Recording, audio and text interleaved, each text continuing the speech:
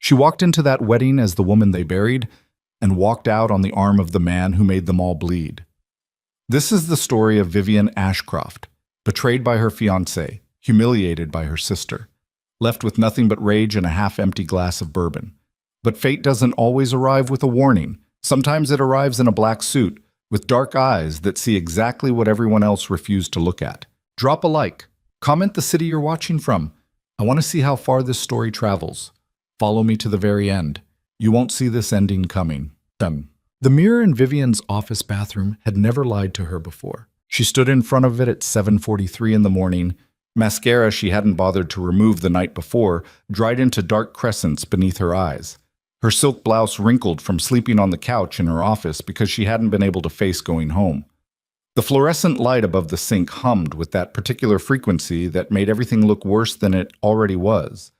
Or maybe, she thought, pressing her fingertips against the cold edge of the porcelain sink, it just showed things exactly as they were. She turned on the cold water and splashed it against her face.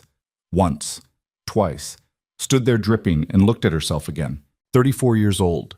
Senior Vice President of Public Relations at Hargrove & Associates, one of the most respected PR firms in Manhattan. She had handled crisis communications for Fortune 500 companies, navigated media firestorms for politicians who'd made catastrophic decisions, rebuilt reputations from ashes. She knew how to take something broken and make it look whole again. She'd just never expected to need that skill for herself. Her phone buzzed against the counter. She looked at the screen. Graham. She turned it face down without answering and reached for a paper towel. The call was the 14th one he'd made since yesterday afternoon. She hadn't answered a single one. She wasn't going to. There wasn't anything left to say. It had happened the way most disasters happened. Not all at once, but in fragments, each one manageable alone, each one pointing toward the larger collapse that you didn't see coming until you were already standing in the rubble. 3 weeks ago, Graham Whitaker had sat across from her at their kitchen table in the apartment they shared in Tribeca. His apartment, she corrected herself now. She'd never actually put her name on the lease. And he'd said the words in a tone so measured, so carefully calibrated, that she'd thought at first he was reciting talking points for a client meeting. I've been doing a lot of thinking, he'd said, about where we are, about where I need to be. Graham was 38, a rising executive at Calder Merit Capital, a man who wore his ambition the way other men wore cologne, applied every morning, slightly overwhelming, impossible to ignore. He was handsome in that sharp-edged way that photographed well and aged badly. He'd proposed to her 18 months ago at a restaurant in the West Village, a place he'd specifically selected because it had a Michelin star and 3 of his colleagues had seen them there. She had thought at the time that it was romantic. She understood now that it had been a performance. Everything with Graham was a performance. "What are you saying?" she'd asked, even though some cold, truthful part of her already knew. He'd straightened the collar of his shirt, a nervous habit she'd cataloged over 4 years together, and never called out, because she'd been careful, always so careful not to crowd him, not to push, not to make him feel trapped. "I think," he said, "that we want different things. I think the direction my career is heading requires a certain kind of partnership, and I don't think what we have is that." "Partnership," she repeated. "Image is everything in my world, Vivian. You know that. I need someone who—" He stopped. Started again. "I need someone who fits into the life I'm building." She'd sat very still. The apartment had been quiet except for the sound of a taxi honking 12 floors below on the street, which felt like a very specific kind of cruelty. "Are you telling me I don't fit?" He hadn't answered directly. He'd said something about growth, about evolution, about needing to make difficult decisions. She'd listened to all of it. She'd absorbed it. She'd said with a dignity she still couldn't entirely account for that she understood, and she'd gotten up from the table, gone to the bedroom, packed a bag, and left. She hadn't cried until she was in the elevator. She hadn't stopped for 3 days after that. She could have survived Graham. She knew that even in the middle of it. He'd been a mistake she'd worn for 4 years. A mistake she'd mistaken for love because she'd been lonely and he'd been attentive, at least at the beginning. She could have packed up that particular wound and carried it, and eventually, with enough time and enough work and enough late nights at the office throwing herself into other people's catastrophes, she could have healed it. What she couldn't survive, what had actually broken something in her, came 5 days later. Her mother had called on a Sunday morning.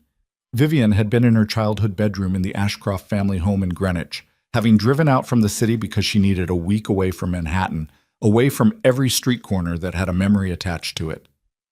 She'd been sitting at the small desk where she used to do homework in high school, drinking coffee and staring at her laptop without actually reading anything on the screen, when her phone rang.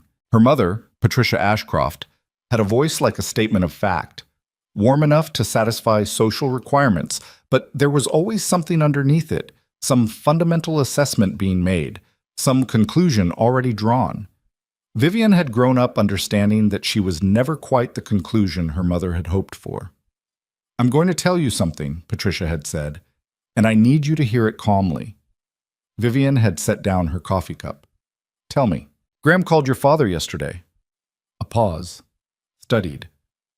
"He and Celeste have been seeing each other for about 7 months." Another pause, shorter. "They're engaged." The room had gone very quiet. 7 months meant that Graham had begun seeing her younger sister approximately 5 months before he'd ended his engagement to Vivian. 7 months meant that while he had been reaching across the kitchen table to take her hand and tell her he was proud of her promotion, while he'd been sitting next to her at her own company's holiday gala, while he'd been sleeping beside her, Celeste had been somewhere in the same city, wearing something expensive, being told she fit. Celeste Ashcroft was 29. She was 5'8", 130 pounds, blonde in the way that required significant financial investment to maintain. She was a personal stylist with a client list full of names that appeared in page 6, and she'd spent the better part of her life being the version of herself that everyone in the family pointed to when they wanted an example of something. She and Vivian had never been close, exactly, but they'd been civil. They'd had Christmas dinners and birthday dinners and the occasional Sunday brunch, and Vivian had believed that to mean something. She understood now what it actually meant. "The wedding is in 3 weeks," Patricia continued, "at the Whitmore estate on Long Island. Graham has already spoken to the press. Apparently it's going to be quite an event." Vivian had said, "I have to go," and ended the call. She'd sat in that childhood bedroom for a long time after that, listening to the sounds of the house, her father's footsteps on the hardwood in the hallway, the old radiator ticking against the wall, a bird doing something pointless and cheerful outside the window. She'd sat and she'd thought about 7 months, about the way Graham used to tell her she had a beautiful laugh, right up until the point where he stopped mentioning it, about the way Celeste had hugged her at their parents' anniversary dinner in October, when those 7 months were already 2 months old. She'd thought about all of it for a long time. Then she'd driven back to Manhattan. She found a sublet in Midtown through a colleague, a junior account manager named Daphne, who had a friend with a corporate apartment available for 6 weeks. It wasn't a great apartment. It was a 1-bedroom in a building from the 1970s with walls thin enough to hear the neighbors and a kitchen that smelled faintly of someone else's cooking. But it had a lock, and it was hers, and she slept better there than she had in the Tribeca apartment in years, which told her something she should have understood a long time ago. She went to work every day. She handled her accounts. She sat in meetings, and she made strategic recommendations, and she gave measured, confident statements to journalists on behalf of her clients, because she was good at this. She was very good at this, and she wasn't going to let any of this take that from her. What she didn't do was talk about it. She didn't tell her colleagues. She didn't call her friends, most of whom were actually mutual friends with Graham. And she didn't call her mother back. And she didn't respond to Celeste's text message that arrived 3 days after her mother's phone call. The text said, "I know you're hurting. I hope someday you can understand. I love you." Vivian had read it 3 times, saved a screenshot for reasons she couldn't entirely articulate, and then set the phone face down on her desk and gone back to work. She held it together with the particular competence of someone who had learned early that falling apart was not something the world rewarded. She held it together for 2 weeks, and then she didn't. It was a Thursday night when it finally cracked. She had been in the office until 9, finishing a crisis communications brief for a tech client whose CEO had made an impulsive comment on a podcast that was currently being dissected by every major outlet. She'd been good at it. She'd been precise, efficient. She'd known exactly what needed to be said and what needed to be buried and how to move the narrative forward. She'd sent the brief, closed her laptop, and sat in the silence of the empty office for a moment. Then she'd opened her laptop again and looked up the Whitmore estate on Long Island. It was the kind of estate that existed to make you feel the weight of other people's money. 300 acres on the North Shore, a main house built in 1908 that had been photographed for architectural journals, a ballroom with crystal chandeliers that a socialite blogger had described, reverently, as transcendent. The wedding had been mentioned in a social column. 3 paragraphs, effusive, full of words like stunning and power couple, and the event of the season.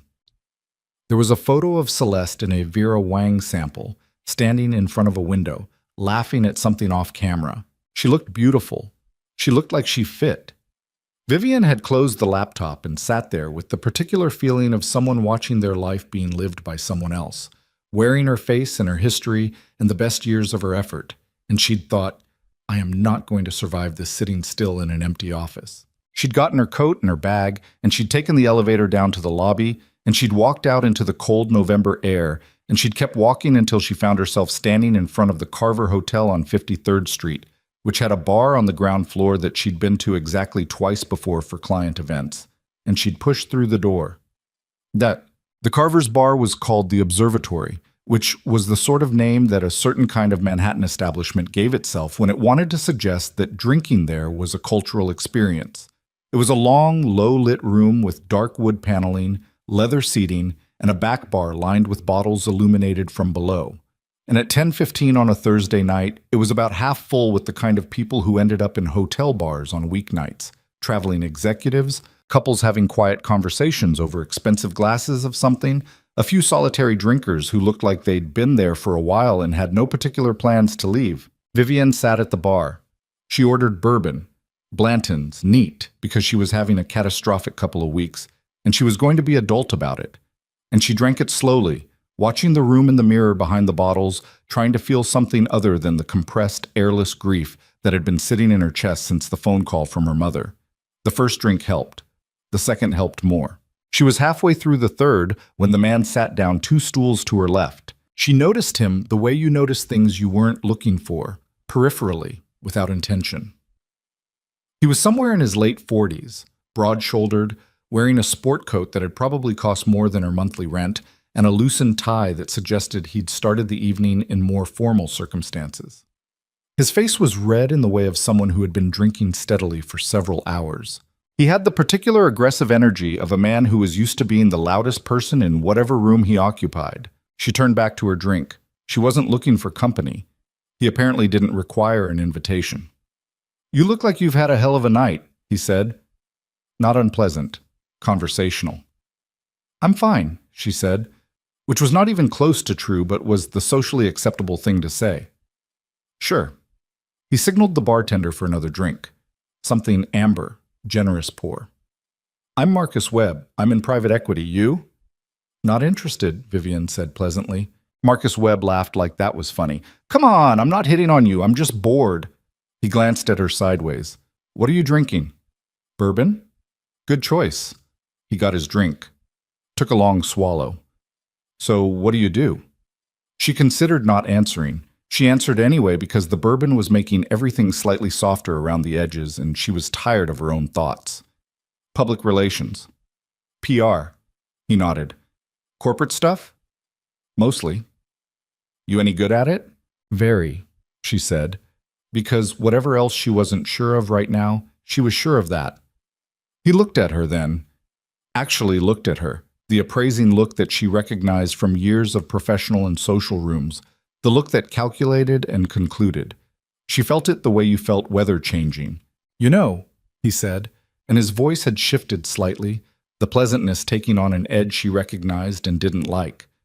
"I'm surprised you're in PR. You've got the face for it, but—" He gestured vaguely, a loose, bourbon-enabled gesture toward the rest of her.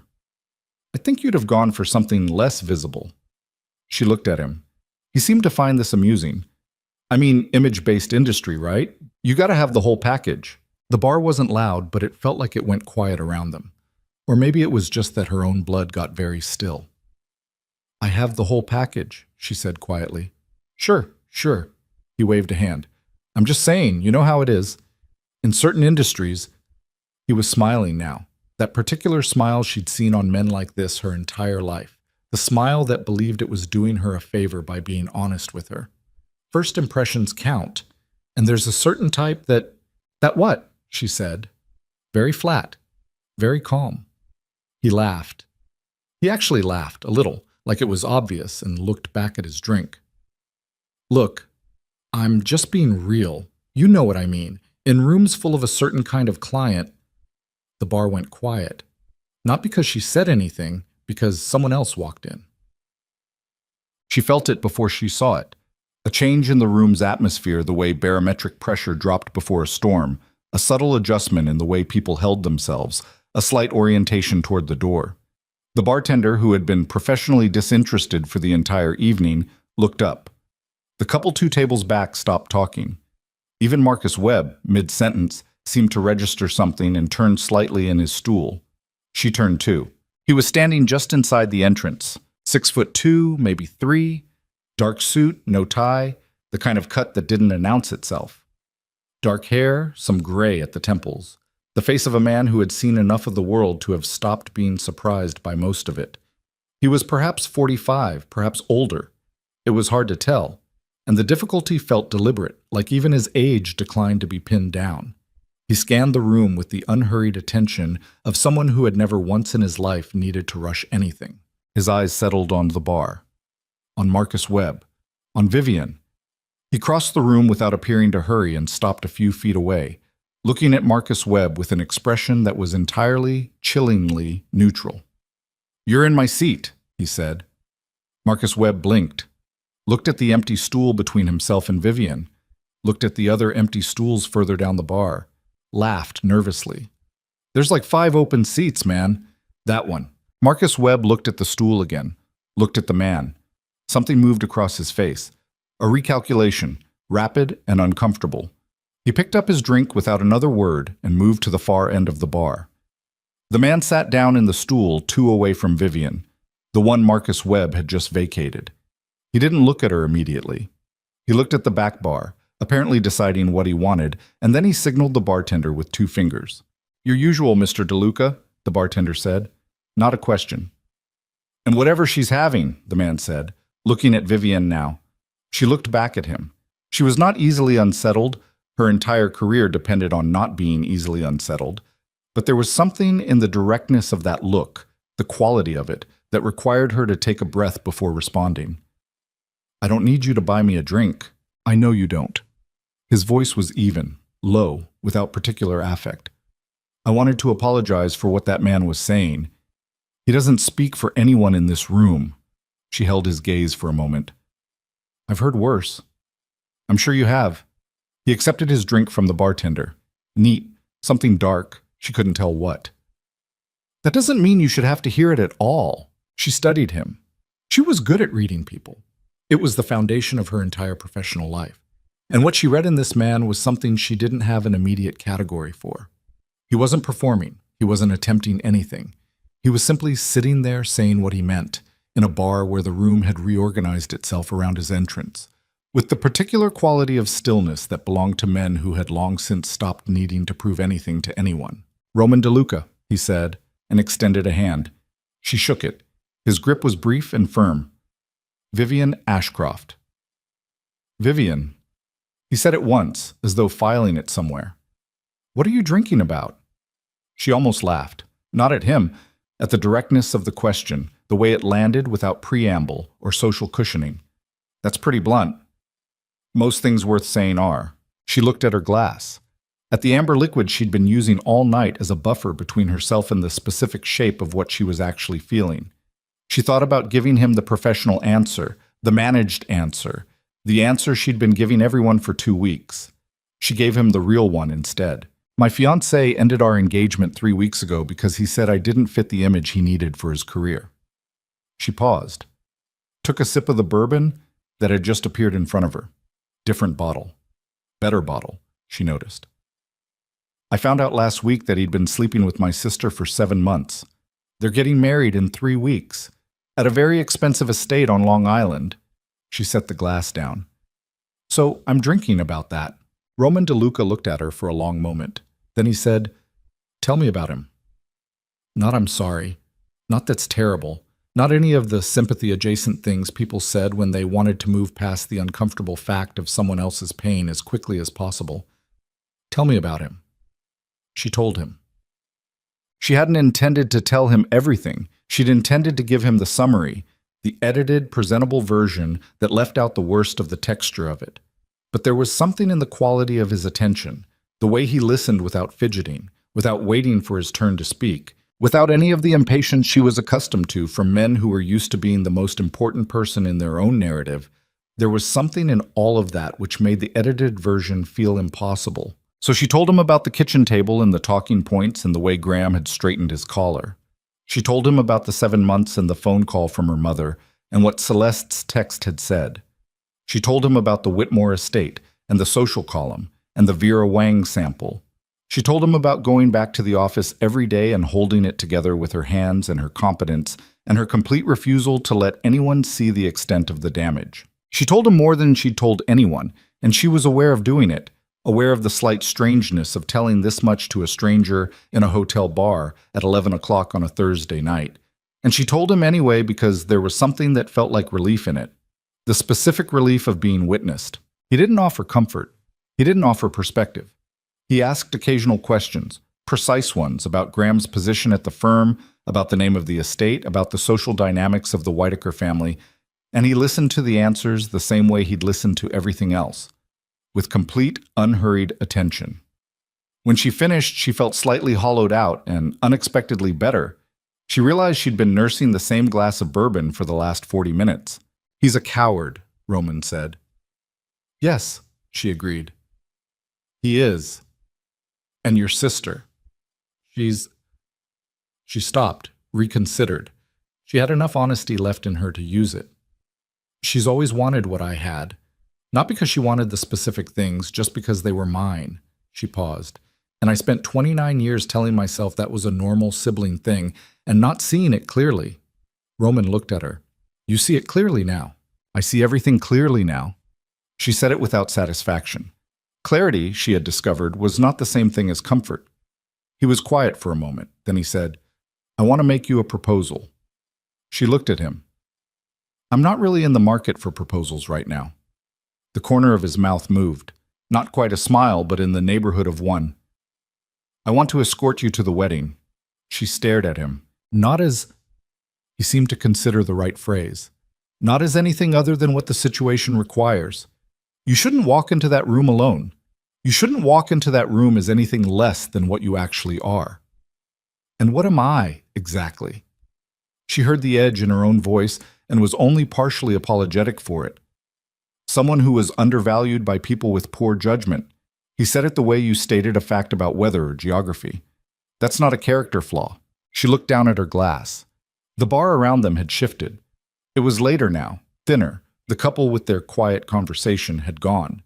The solitary drinkers had either left or retreated further into their corners. The bartender was polishing glasses at the far end of the bar with the professional discretion of someone who had not heard a single word of the last hour's conversation. "You don't know me," she said. "No," he agreed. "You don't know what kind of woman I am. Whether I deserve..." She stopped. "Whether you deserve what?" She shook her head. And then, because the bourbon and the exhaustion and the particular loneliness of the last 3 weeks had worn through her professional armor in a way that 3 weeks of careful management hadn't, she said the true thing. "Whether I deserve to be treated like I matter." Roman DeLuca looked at her for a long, even moment. "You already do," he said. "Whether you let me prove it to you or not." She said nothing. Outside, somewhere in the city, a car alarm started and then stopped. The bar hummed its low, amber hum. "Who are you?" she asked. "Actually," something in his expression shifted slightly. "Not much. A businessman." "That's not what the room did when you walked in." He looked at her with something that might have been, under different circumstances, appreciation. "No," he said. "I suppose it isn't." She held his gaze. She was good enough at reading rooms to know that what surrounded this man, the deference, the careful repositioning of Marcus Webb, the bartender's recognition, the particular quality of the space that had opened up around him the moment he'd entered. None of that belonged to a businessman, not in the ordinary sense. She was not naive. She was not, despite everything, a woman who could not read a room. She made a decision. "Tell me what the proposal actually involves," she said. He told her, not all of it at once. He was careful that way, she'd already noticed, giving information in measured installments, never more than the conversation required. But enough. An escort to the Whitmore estate. Appropriate. He emphasized the word without emphasis, which she recognized as its own kind of emphasis. Arrangements. Transportation. Whatever she needed to walk into that room the way she deserved to walk into it. Why? She asked. The only question that actually mattered. He was quiet for a moment. Not calculating. She had enough experience with calculating men to know the difference. Considering. "Because I've watched a lot of men like your ex-fiancé operate for a long time," he finally said. "And occasionally the opportunity arises to provide a correction." She let that sit. "That's not all of it." He looked at her. "No, it's not." He didn't elaborate. She looked at him for a long time. She looked at the room, which had continued its careful non-awareness of him, the studied professional neutrality of everyone within earshot.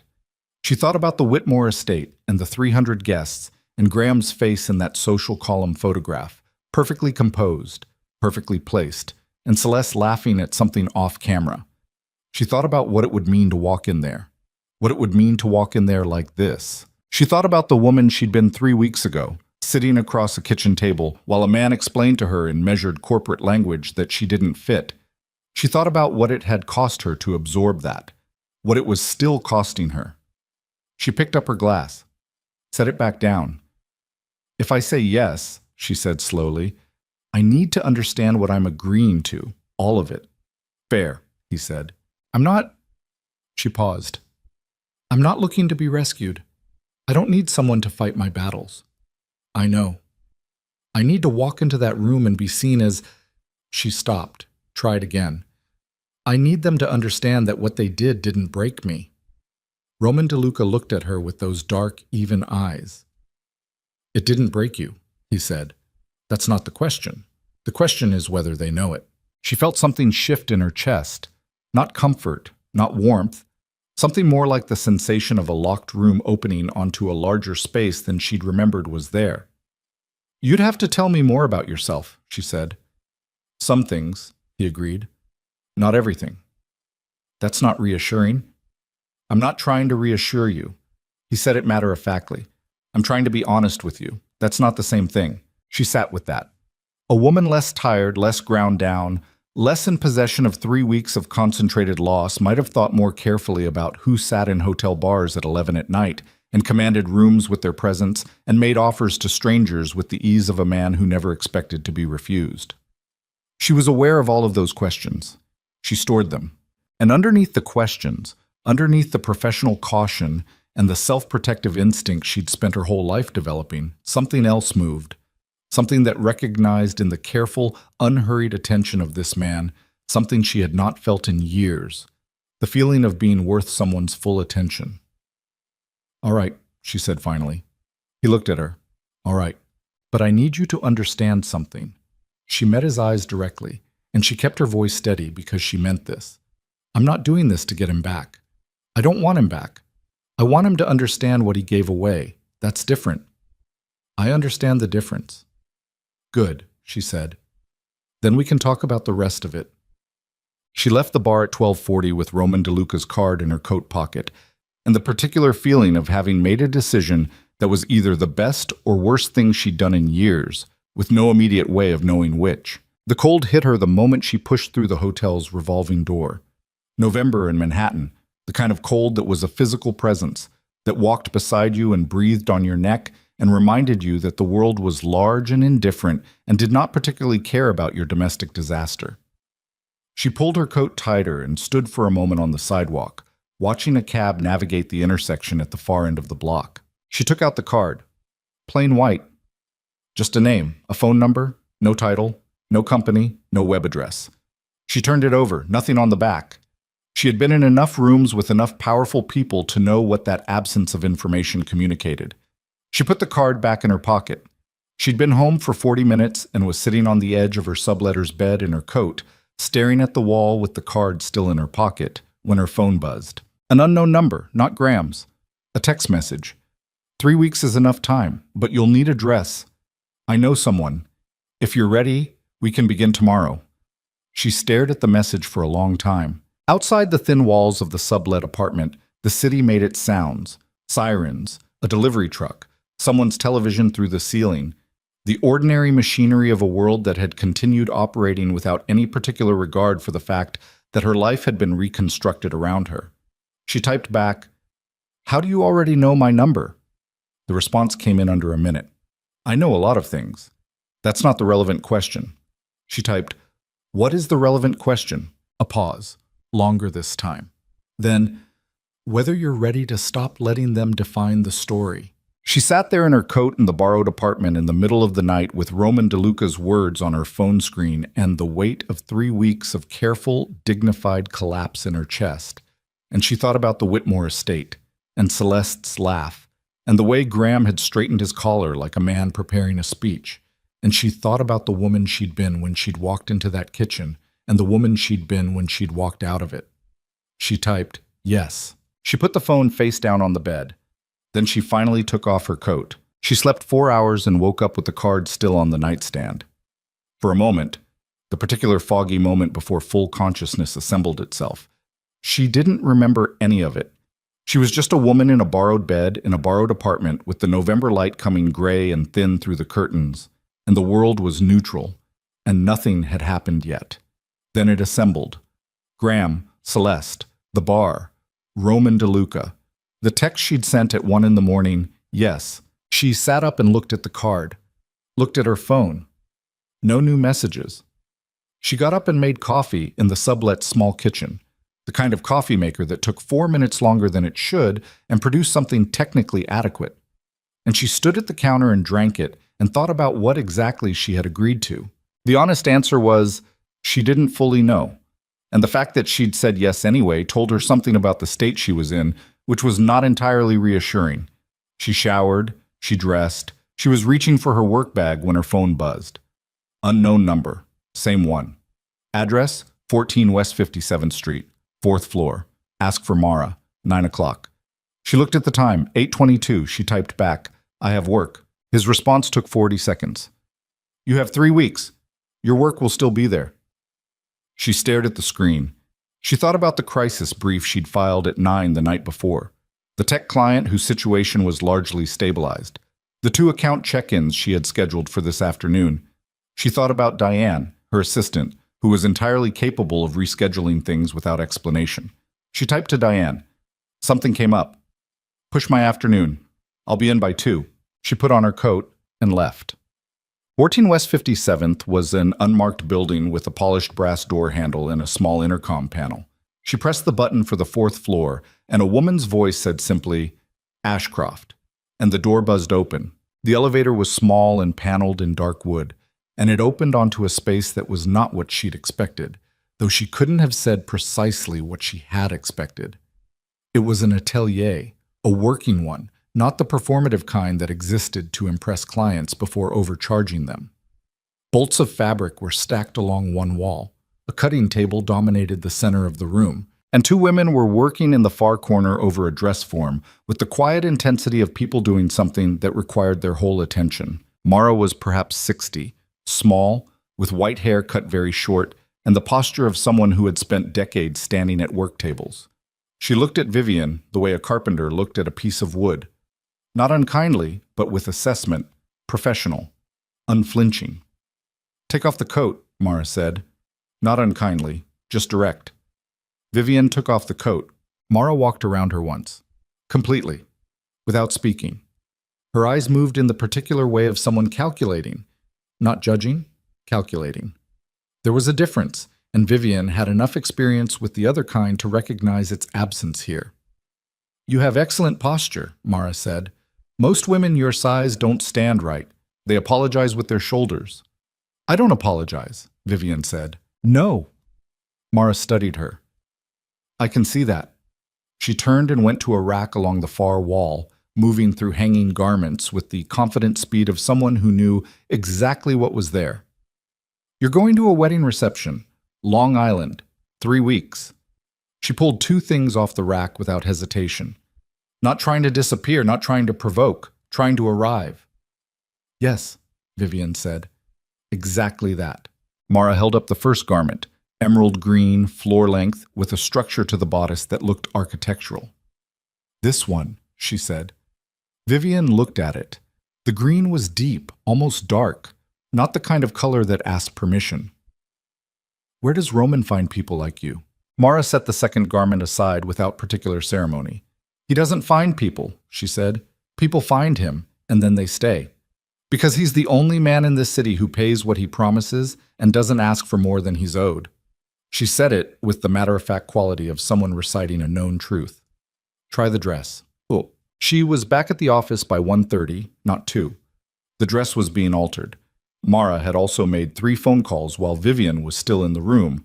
Quiet, efficient calls that apparently set additional things in motion, and had handed Vivian a small card with an address and a time for Saturday morning. "Jewelry," Mara had said, by way of explanation, and then returned to the cutting table. Vivian sat at her desk and looked at her email without reading it for about 90 seconds. Then she called Diane in. "I need the next 3 weeks managed carefully," she said. "Nothing after 6. Nothing on the 22nd. The wedding was the 22nd. Diane, who had worked for Vivian for 3 years and had the professional discretion of someone who'd learned early that the details of her boss's life were not her business, simply nodded and made a note. "Done. Is there anything else?" "No, thank you." Diane left. Vivian looked at her screen, then she picked up her phone and did the thing she'd been not doing for 3 weeks. She called her mother. Patricia picked up on the second ring. "Vivian?" "I'm going to the wedding," Vivian said. Silence. Long enough to count.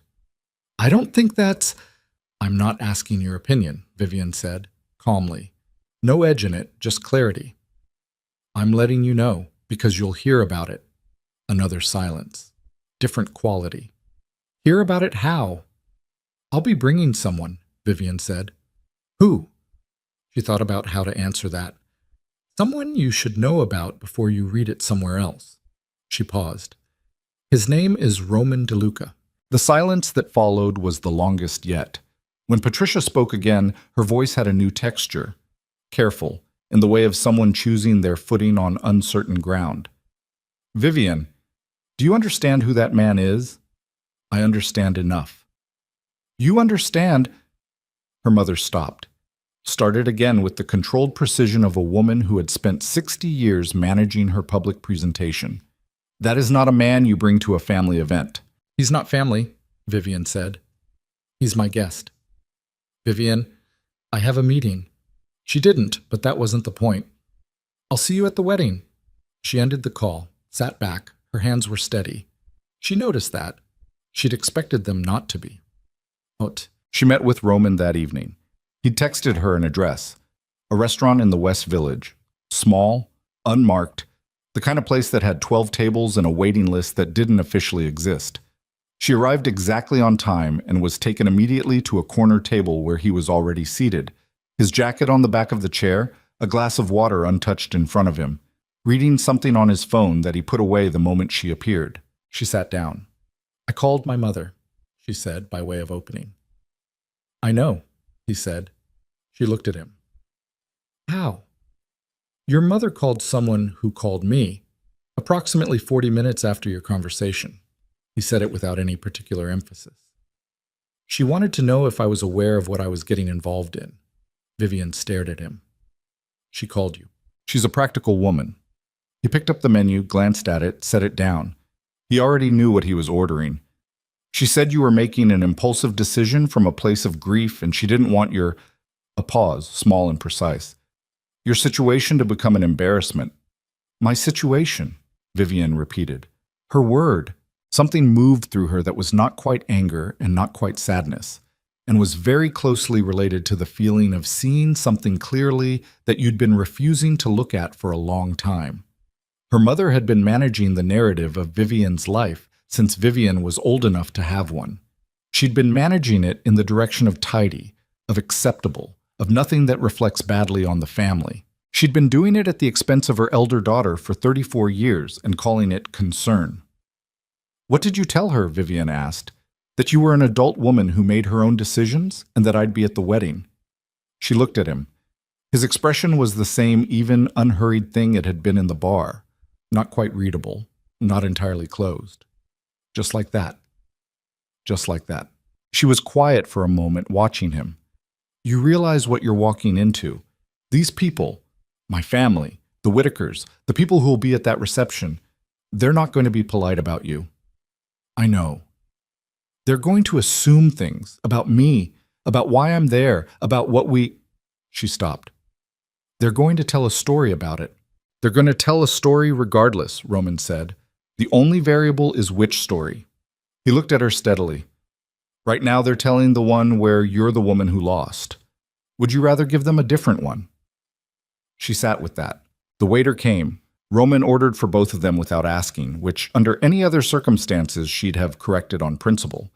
But everything he ordered was exactly right, which was either a guess or a level of prior research that she chose not to examine too closely in this particular moment. "I need to understand the terms," she said when the waiter had gone. "If I'm doing this, ask. What do you get out of it?" He looked at her for a moment. The candle on the table threw shadows across the planes of his face. "An evening of good company," he said, "and the particular satisfaction of watching a man like Graham Whitaker understand what he gave away." "That's not enough," she said. "Not for someone like you. You don't put this level of—" She gestured, meaning the dress, the atelier, Mara's phone calls, all of it. "You don't do this for an evening satisfaction." He looked at her, and for the first time since they'd met, she saw something in his expression that was not quite the controlled, unhurried surface he presented to the world. Something underneath, brief and quickly recovered. "No," he said, "it's not enough." "Then what?" He was quiet for a moment. Outside the window, the West Village did its evening thing. People walking dogs, a couple arguing quietly, the ordinary texture of the city living its life. Then he said, "I've been in rooms full of men like Graham Whitaker my entire career. Men who decide what a person is worth based on what they look like and who they're standing next to. Men who discard things of value because they can't see past their own narrow idea of what value looks like." "Bah?" He paused. "I find it offensive." "That's personal," she said. "Yes," he said. "It is." She waited. He didn't continue. She filed that, the information and the fact of his not continuing. "All right," she said. "Second question. What you do, your business." She chose the word carefully. "Is there anything about it that's going to make the 22nd more complicated than it needs to be?" He looked at her for a long, even moment. "Probably," he said. "Yes." She appreciated the honesty enough to keep going. "Can you be more specific?" "Some people at that reception will recognize me. There will be reactions." He said it the way you said it will be cold, bring a coat. "None of them will be a problem." "How do you know?" "Because I said so." It should have been arrogant. It wasn't. It was the flat declarative certainty of someone whose relationship with consequences was different from most people's. Not indifference, exactly. More like the confidence of a man who had mapped every available territory and found nothing he hadn't already accounted for. She decided to believe him. For now. "Okay," she said. "Third question."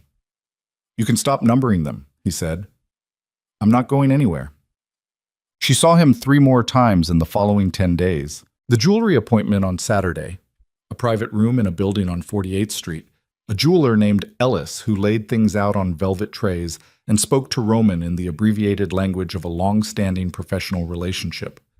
Vivian sat in a low chair and watched emeralds and diamonds get placed near her collarbone and removed and replaced while Roman stood slightly to the side with his arms crossed, watching, until she looked at something in the mirror a particular way, and he said "that one" to Ellis without looking at her for confirmation. "You could ask me," she said. "I did ask you," he said. "You've been looking at that necklace the same way for the last 4 minutes." She looked at the necklace in the mirror. It was a single teardrop emerald in a diamond setting, simple enough to be elegant, significant enough to be unmistakable. He was right. She had been looking at it. She didn't tell him he was right, but she didn't tell Ellis to put it away either. The second time was a Thursday. Dinner again, different restaurant, same neighborhood. This time the conversation was less strategic and more, she noticed the shift and didn't entirely know what to do with it, personal. He asked about her work with the specific, informed curiosity of someone who had done background reading but wanted the texture behind the facts. She told him about the cases she was proud of, the ones that had required actual creativity rather than just application of formula. He listened with the same quality of attention he'd given everything else. "You like the work," he said. Not a question. "I love the work," she said. "I'm good at it and I love it. Those don't always go together." "No," he agreed. "They don't." She looked at him across the table. "What about you? What about me? Do you love it? Whatever it is you do." He was quiet for a moment. "I'm good at it," he said. "Whether I love it?" He paused. "It's been a long time since I thought about it in those terms." She filed that too. The third time was different. She'd been walking home from the office, 8 o'clock, later than she'd intended, the kind of evening where the cold was clear rather than brutal, the city lights doing their thing against the dark sky, when she turned a corner on 48th and nearly walked directly into Celeste. Her sister was standing outside a restaurant with a woman Vivian didn't recognize, laughing at something, wearing a cream coat that probably cost $4,000, and the particular glow of a woman at the exact center of the life she'd always wanted. She looked up just as Vivian registered her, and for a moment they were both completely still. The woman Celeste was with looked between them with the bright, uncomfortable alertness of someone who could feel a weather system forming. "Viv," Celeste said. Her voice landed soft, careful, the voice of someone who had rehearsed this encounter. "Celeste," Vivian said. Celeste started. "I've been wanting to—" "Don't," Vivian said. Very quiet, very flat. Celeste's expression shifted. Something moved across it. Not quite guilt, not quite defiance, the complex amalgam of a person who has done something indefensible and has found a way to live with it. "I know you're angry." "I'm not angry," Vivian said, and discovered, saying it, that it was true. She wasn't angry. She was something past anger, something colder, more structural, something that lived in the place where trust used to be. "I hope the wedding is everything you planned." Celeste blinked. "Vivian, I'll see you there," Vivian said. She walked past. She kept her pace steady, didn't accelerate, didn't look back. She made it to the end of the block before she took a breath that was slightly longer than normal, and then she kept walking. She texted Roman from the street. "I just ran into her." His response came in under a minute. "How are you?" She stopped walking, stood on the sidewalk with people moving past her in both directions, and looked at the question. Such a simple question. The kind of question that sounded like small talk until you were standing in the dark on a November street with your heart doing something complicated in your chest, and then it felt like the only question. She typed, "I'm okay." I meant what I said to her. "I'm actually okay." A pause. Then, "Good." She put the phone in her pocket and kept walking. 3 days before the wedding, the dress arrived. Mara's assistant brought it to the sublet apartment in a garment bag. Long, dark, with a weight to it that you could feel when you unzipped it. Vivian took it out and held it up in the small bedroom's light, and then she put it on. She stood in front of the mirror. She had spent a very long time, most of her adult life, if she was being honest with herself, which she was getting better at, looking at herself in mirrors the way Graham had looked at her across the kitchen table. With assessment. With the underlying question of whether she measured up to some standard she'd absorbed so early, she'd stopped questioning its source. The standard that said the body she had wasn't quite the right one, that the space she occupied was slightly more than she was entitled to, that somewhere there was a version of herself that was approved and this was an approximate draft. The woman in the mirror in the emerald dress was not a draft. She stood there for a long time. Then she texted Roman, "The dress is here." A minute passed. Then, "And?" She looked at herself in the mirror. Looked at the woman who had walked out of a kitchen and driven herself to Greenwich and cried for 3 days and then gone to work anyway. The woman who had held it together with competence and refused to let any of them see how far the damage went. The woman who had sat in a hotel bar on a Thursday night and told the truth to a stranger because there was nothing left to lose by telling it. She typed, "I think they're going to regret what they did." His response took 30 seconds. "I know they are." She was staring at that, still in the emerald dress, when her phone rang. Graham. She looked at his name on the screen. She had not spoken to him in 3 weeks. She had let all 14 calls go, and then there had been a few more after that, and she'd let those go too. She did not know why he was still calling. She did not particularly want to know. She let it ring. It rang 4 more times and went to voicemail. Then immediately, before the voicemail notification had even fully appeared, it rang again. She looked at the screen. Graham. Again. She answered. "What?" she said. A pause on the other end, like he hadn't expected her to pick up. Like he'd been prepared for voicemail and the actual fact of her voice had temporarily derailed him. "Viv." His voice was lower than she remembered, tight. "I need to talk to you." "You have about 30 seconds, she said. "Make it count." "I heard—" He stopped. "I heard you're coming to the wedding." She said nothing. "With someone." He was working hard to keep his voice neutral. She could hear the effort. "With Roman DeLuca." Silence on her end. "Vivian." His voice changed, went harder. "Do you have any idea what you're doing? That man is—" "Careful," she said. "Graham, be very careful." A beat. "He's dangerous. You don't know who you're dealing with." "And you do?" "I know enough." He was losing the neutral. The tight thing underneath it was showing. "I know enough to know that whatever he told you, whatever he—" He stopped. Started again. "He's using you. He's using you to get to me, to get to the Whitaker family. There's a reason he—" "Graham?" She kept her voice flat. "Why are you calling me?" Silence. "Why are you calling me?" she said again. 3 weeks before your wedding to my sister. Why?" He didn't answer immediately. When he did, his voice had changed again, gone to something she hadn't heard from him in a long time, something raw and unmanaged that she recognized from the early years, before the ambition fully calcified around him. "Because I made a mistake," he said. I let something important go because I was thinking about the wrong things. Stop, she said, afraid of what it would cost me, and Graham." Her voice was very quiet now. "Stop talking." He stopped.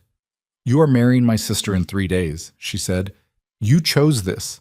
Every step of it you chose, and now you're calling me because you heard I'm not going to spend the rest of my life being the woman you discarded." She paused. "That's what this is.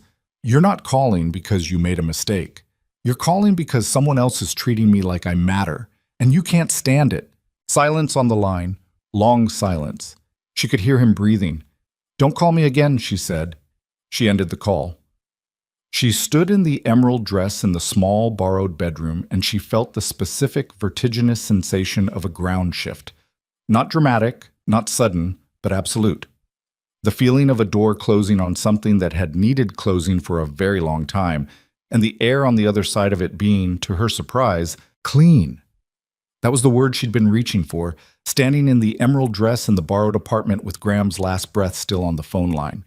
The air on the other side of that closed door was clean. Not happy, not triumphant, just clean, the way a room was clean after you opened the windows and let the stale thing out. She took the dress off carefully, hung it back in the garment bag, went to the kitchen and made tea she didn't particularly want, and stood at the counter drinking it in the dark, not turning on the light, watching the city through the window do its 11 o'clock business. She thought, 3 more days. She thought, I'm ready. She was wrong. Right. The call came at 7:14 the following morning. She was already up, already dressed, coffee in hand, sitting at the small table with her laptop open to 3 client emails she was working through before heading to the office. The number on the screen was one she recognized. Her father's cell, which he used approximately 4 times a year, always for information he considered too important for her mother to deliver. She answered, Dad? Vivian. Edward Ashcroft's voice was the voice of a man who had spent 40 years in corporate law. Measured, constructed, every word placed with the precision of someone who understood that language was a tool and tools had consequences. I need you to hear something before you hear it from someone else. She set down the coffee. Tell me. There's a journalist, he said. A woman named Carla Reyes. She writes for the Tribune's business section. She's been making calls. A pause. About you. Vivian went still. About me, specifically. About you and DeLuca. The name landed with the careful weight of a man who had also done his background reading. She's working on a piece. The angle is, she's framing it as a profile of DeLuca's associates, people he's connected to, people who... He paused. People who may have exposure to certain investigations currently ongoing. The coffee cup was cold in her hand. What investigations? Federal? Another pause. Vivian, I need you to tell me honestly, how deep into this are you? I've had dinner with him 4 times, she said. He's escorting me to a wedding. Silence on the line, her father processing. She could hear it, the legal mind sorting through implications. That may not be the way it gets written, he said finally. What does she have? I don't know everything. I know she has photographs, you and DeLuca leaving a restaurant, the jewelers on 48th. She has your name connected to his, and she has... He stopped, started again. She has a source, someone who gave her your name specifically, someone who knew you'd been with him. Vivian sat very still. I don't know who, her father said, but this didn't come from a journalist doing general research. Someone pointed her at you. She thought about that. She thought about who knew. Mara, who had no reason. Ellis the jeweler, the restaurants. The bartender at the Carver, possibly. Her mother, who had called Roman directly and had the specific managed anxiety of a woman trying to contain a situation. She thought about Graham, who had called her 2 nights ago with that raw, unmanaged voice, who had said, I know enough about Roman DeLuca, who had known she was coming to the wedding, who was marrying a woman in 2 days and could not stop calling the one he'd thrown away. When does it run? She asked. She told her editor by end of week. That's after the wedding, Vivian said. Yes, but the calls she's making, people are already talking. By Saturday night, the reception will... I know, she said. Dad. Yes. Did you call Roman DeLuca? A pause. Very brief. No. Did Mom? Longer pause. I can't speak to what your mother has done, he said, which was not a denial. She ended the call. She sat at the small table with the cold coffee and the open laptop, and she looked at the 3 client emails she'd been working through. A tech CEO's damage control, a pharmaceutical company's media strategy, a politician's prepared statement, and she thought about the particular expertise required to understand that information was a weapon, and that the person who controlled the narrative controlled the outcome. She thought about who had given Carla Reyes her name. She picked up her phone and called Roman. Dick. He answered on the second ring. I already know, he said. She absorbed that. How long have you known? Since last night. I have people who monitor certain things. And you didn't tell me. A pause. I was going to tell you this morning. Roman. She kept her voice even. It cost something. If I'm going to be in this, whatever this is, I need to know things when you know them, not when you decide I'm ready to hear them. Silence. Then quietly, you're right. I'm sorry. She hadn't expected the apology. It landed differently because of that. She let it sit for a moment and then moved past it because there were more important things. Who gave her my name? I have a strong suspicion, he said. I want to confirm it before I tell you. Tell me your strong suspicion. Another pause. Graham, he said. She'd known. She'd known from the moment her father said someone pointed her at you. She'd known the way you knew the shape of a familiar betrayal. Not surprised, just sickeningly confirmed.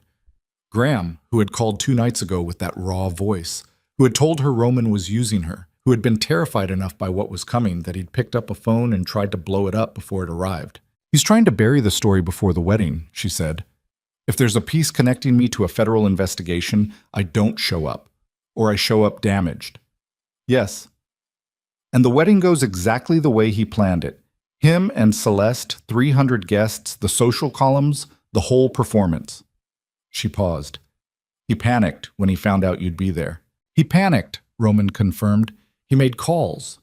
He has a contact at the Tribune, a source relationship he's maintained for 3 years. He gave your name and mine and enough texture to make it worth Rhea's pursuing. She stood up from the table, moved to the window. The city was fully alive at 7:30, the street below already dense with people and purpose, everyone moving with the particular focused urgency of Manhattan mornings. Can it be stopped? The piece? A pause. Probably. I have options there. I don't want it stopped, she said. Silence. I want to know what's actually in it, she said. I want to know what the federal investigation actually is. I want to know what my exposure actually looks like if someone decided to make a case that I'm connected to you. She paused. And I want you to tell me the truth. All of it. Not the version you decide I can handle. A long silence this time, long enough that she turned from the window and looked at her phone to confirm the call was still connected. It was. Dinner tonight, he said finally. 7 o'clock. I'll tell you everything. Not a restaurant, she said. Somewhere private. Another pause. All right. He sent a car. She'd half expected that, and she'd half expected the address it took her to. A building in Tribeca, not far from the apartment she'd shared with Graham, which felt like the kind of irony the city specialized in. A high floor, private elevator, the kind of apartment that communicated its cost without announcing it, all clean lines and city views, and the particular silence of good insulation and real money. Roman was in the kitchen when she arrived, actually in the kitchen, jacket off, sleeves rolled, doing something at the stove that smelled like it involved garlic and something slow-cooked. She stood in the entryway for a moment and looked at him in this different context, this domestic one, and felt the slight disorientation of a person encountering a known landscape from an unfamiliar angle. Sit down, he said, without turning around. 10 minutes. She sat at the kitchen island, looked around the apartment. It was not what she would have imagined, though she'd told herself not to imagine. There were books, real ones, not decorative, the kind with broken spines and margin notes. A framed architectural drawing on the far wall. A chess set on a side table with a game in progress. Both sides mid-game, which meant he played against himself or had someone who came and went. He brought 2 plates and set them down and sat across from her and said, Ask. The federal investigation, she said. What is it? Tax fraud and wire fraud, a secondary money laundering component. He said it the way you said the traffic on the FDR. Factual, not particularly distressed. It's been ongoing for approximately 18 months. I have attorneys managing it. Are you going to be indicted? He looked at her. I don't know yet. She absorbed that. And your actual business? Real estate, he said. Legitimate real estate. I also have interests in several private equity concerns and 2 hospitality properties. A pause. And I have other interests that are more, he seemed to consider the precise word, complicated. The kind that rooms clear for when you walk in, she said. Yes. The kind that federal investigators find interesting. The kind that federal investigators have been finding interesting for about a decade, he said, without sufficient success to charge anything. She looked at him. She looked at the chess game in progress on the side table. She looked at the books with the broken spines. She looked at this man who had come into her life 3 weeks ago in a hotel bar and offered her something she hadn't been able to refuse. And she thought about what her father's voice had sounded like on the phone this morning and what Graham had done and what was going to happen at the Whitmore estate in 2 days. If I go to that wedding with you, she said, and there's a federal piece with my name in it running at the end of the week, what does that do to my career? He was quiet. Tell me honestly, she said. It depends on how the piece is framed, he said. If it's accurate, if it says you're a woman who attended a public event as someone's guest, there's no real exposure. You've done nothing. You have nothing to hide. He paused. If it's framed the way Graham wants it framed, as a knowing association with someone under investigation, another pause. It could create complications. Complications? She repeated. Short-term, manageable. Roman. She set down her fork. I've spent 10 years building my professional reputation. I have clients who operate in regulated industries. I have a partnership track that depends on the managing partners not seeing my name next to the words federal investigation in the Tribune. She kept her voice steady because she needed it steady. Short-term manageable is not the same as harmless. He looked at her, and she saw it again, the thing underneath the controlled surface, brief and quickly covered, but there. Something that looked like the specific pain of a person watching a consequence they knew was coming arrive exactly when expected. No, he said, it isn't. She stood up. She wasn't sure why. Her body made the decision before her mind caught up, the particular physical need to not be sitting down for what she was about to say. I need to know something, she said, and I need you to understand that I'm not asking to be managed. I'm asking because it matters. Ask. Did you know when you offered to do this, when you sat down in that bar and made that proposal, did you know that associating with you publicly was going to create this kind of risk for me? The silence in the apartment was the kind that had weight. Yes, he said. She'd known the answer. She'd known it the way she'd known Graham's voice on the phone was fear, not regret. She'd known it and asked anyway because she needed to hear it in his voice. She stood there with the kitchen island between them and the city spread out beyond the windows and the chess game unfinished on the side table, and she felt something she hadn't expected, not anger, not betrayal exactly.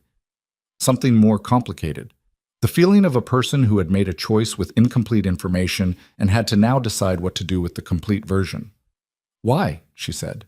He stood up from the other side of the island. He didn't come around it. He just stood there, same distance, and he looked at her with the most unguarded expression she'd seen from him. Because I thought the benefit outweighed the risk, he said, and because He stopped, looked at the counter for a moment, looked back up. Because I wanted to do it. And I let wanting to do it outweigh complete transparency about the cost. That was wrong. She held that. And now? She said. Now I'm telling you the complete cost, he said, and you decide. She was quiet for a long time. Long enough that he didn't fill the silence, which she registered. His patience with silence, the way he didn't rush it, didn't manage it, didn't treat her discomfort as a problem to be solved. Graham did this on purpose, she said finally. Not a question. Yes. He called a journalist he's had in his pocket for 3 years and gave her my name specifically so that by the time I showed up at his wedding, I'd be too damaged or too scared or too... She stopped. He tried to bury me. Again. Just with a different shovel. Yes, Roman said. She looked at the chess game. She looked at the board for a long moment. The pieces in their mid-game positions, both sides exposed, both sides with strategies only partially revealed. Then she looked at Roman DeLuca across the kitchen island. I'm going to the wedding, she said. Something in his expression shifted. Vivian, I'm going, she said. But not the way we planned it. He looked at her carefully. What do you mean? She turned toward the window. Outside, the Tribeca streets were doing their evening thing. Restaurants filling up, the particular amber light of the city settling in for the night. She thought about Carla Reyes making phone calls. She thought about Graham sitting somewhere across this city, possibly satisfied, believing he'd done enough to contain the situation. He handed me a journalist, she said. He handed me a woman who is currently building a piece with both our names in it. Who has sources? She turned back to Roman. I'm a PR professional. Do you understand what that means? Roman looked at her. I know how to flip a narrative, she said. I do it for a living. And right now there is a story about Graham Whitaker that needs to be told before he walks out of that reception on Saturday night believing he won. She paused. You said you have evidence of what he's done. Financially. You mentioned it when we first talked. I have documentation, Roman said, carefully. Yes. I want to see it, she said, tonight. He didn't move for a moment. He looked at her with that full, unhurried attention. Then he said, if I show you that, if we move in that direction, it changes the shape of what Saturday is. I know, she said. It goes from a personal reclamation to something significantly larger, he said. It creates exposure for both of us. It will be, he paused, irreversible. Graham made it irreversible when he called Carla Reyes, she said. I'm not interested in going to that wedding anymore to be seen. I'm going to finish it. She met his eyes. All of it. Is that something you can help me do? Roman DeLuca looked at the woman standing in his kitchen in the November light with the city behind her, and something in her eyes that had not been there 3 weeks ago in the Carver bar. Something forged, tempered, no longer asking permission from anyone for anything. He said, yes. He went to the desk in the corner of the room and opened the bottom drawer and brought back a manila folder that was thick enough to suggest it had been assembled over a long time by someone with a specific purpose. He set it on the island between them. She opened it. The first document was a wire transfer record. The second was an account statement from an offshore entity registered in the Cayman Islands. The third was an email chain between Graham and a colleague at Calder Merritt that read, in the flat language of people who believed they were being careful, like a detailed record of systematic theft from client accounts spanning 4 years. She read it all. Every page. She was methodical and she was fast, and her face was completely still the entire time.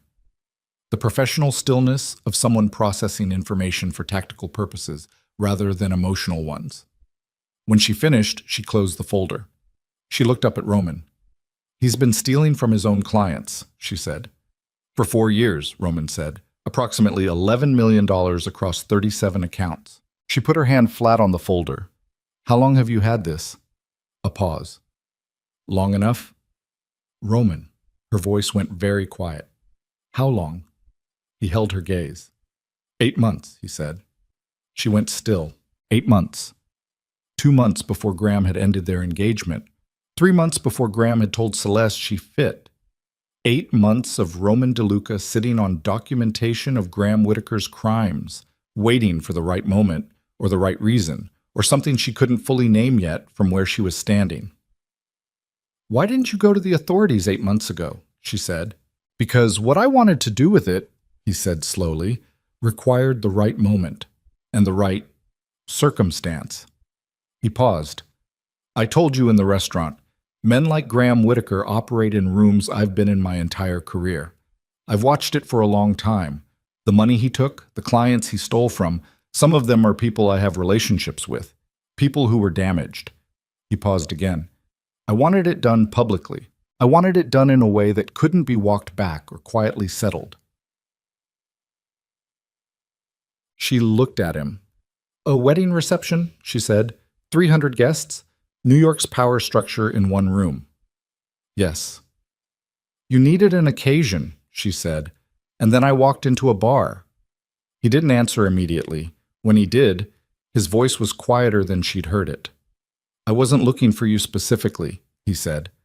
But when I saw what was happening, what he'd done, who he'd left, and how, he stopped. You weren't a means to an end. I want you to understand that. But I was convenient, she said. Not accusatory, just honest. The flat honesty of someone who needed the full map. Yes, he said. At the beginning. A pause. It's not what it is now. She stood there with her hand on the folder full of 4 years of Graham Whitaker's crimes, and she thought about the bar and the emerald dress and Mara's phone calls and dinner in the West Village and a text message sent at 1 a.m. that said yes because she'd been out of options and out of patience with the version of herself that accepted the terms other people set. She thought about the woman she'd been 8 months ago, standing in the Tribeca apartment that was never hers, making herself smaller in the ways that Graham required, believing that was love. She thought about what Roman had just told her, and she thought about everything it implied about the last 3 weeks. And she stood in his kitchen with the city behind her, and she felt something move through her that was not quite anger and not quite understanding, and was very specifically the feeling of a person standing at the precise edge of who they used to be, looking down at. The edge was not what she'd expected. She'd expected fear. She'd expected the particular vertigo of someone who had just discovered that the ground beneath the last 3 weeks was more complicated than she'd understood. She'd expected to feel used or manipulated, or at minimum the specific exhaustion of a person who had walked into one situation and found themselves standing inside a completely different one. What she felt instead was clarity, not the brittle, glass-edged clarity of anger. Something deeper. The clarity of a person who has finally seen the full shape of what they're dealing with and finds that the shape, while not what they expected, is something they can work with. She looked at Roman across the island. "I need tonight," she said, "to think, to decide how I want to do this." "Take what you need," he said, "and I need the folder." He pushed it toward her without hesitation. She took it, and she left.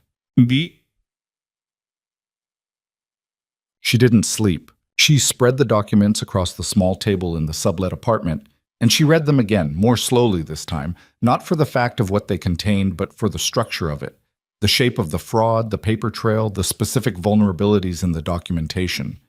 She had built her entire career on understanding how information moved through public space, how narratives formed and broke and reformed. She looked at Graham's 4 years of theft the way she looked at a client crisis.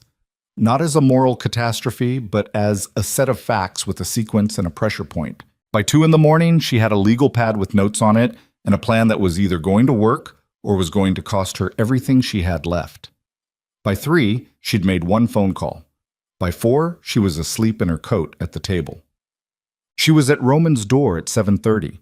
He opened it already dressed, coffee in hand, with the expression of a man who had also not slept and had reached some kind of accommodation with that fact.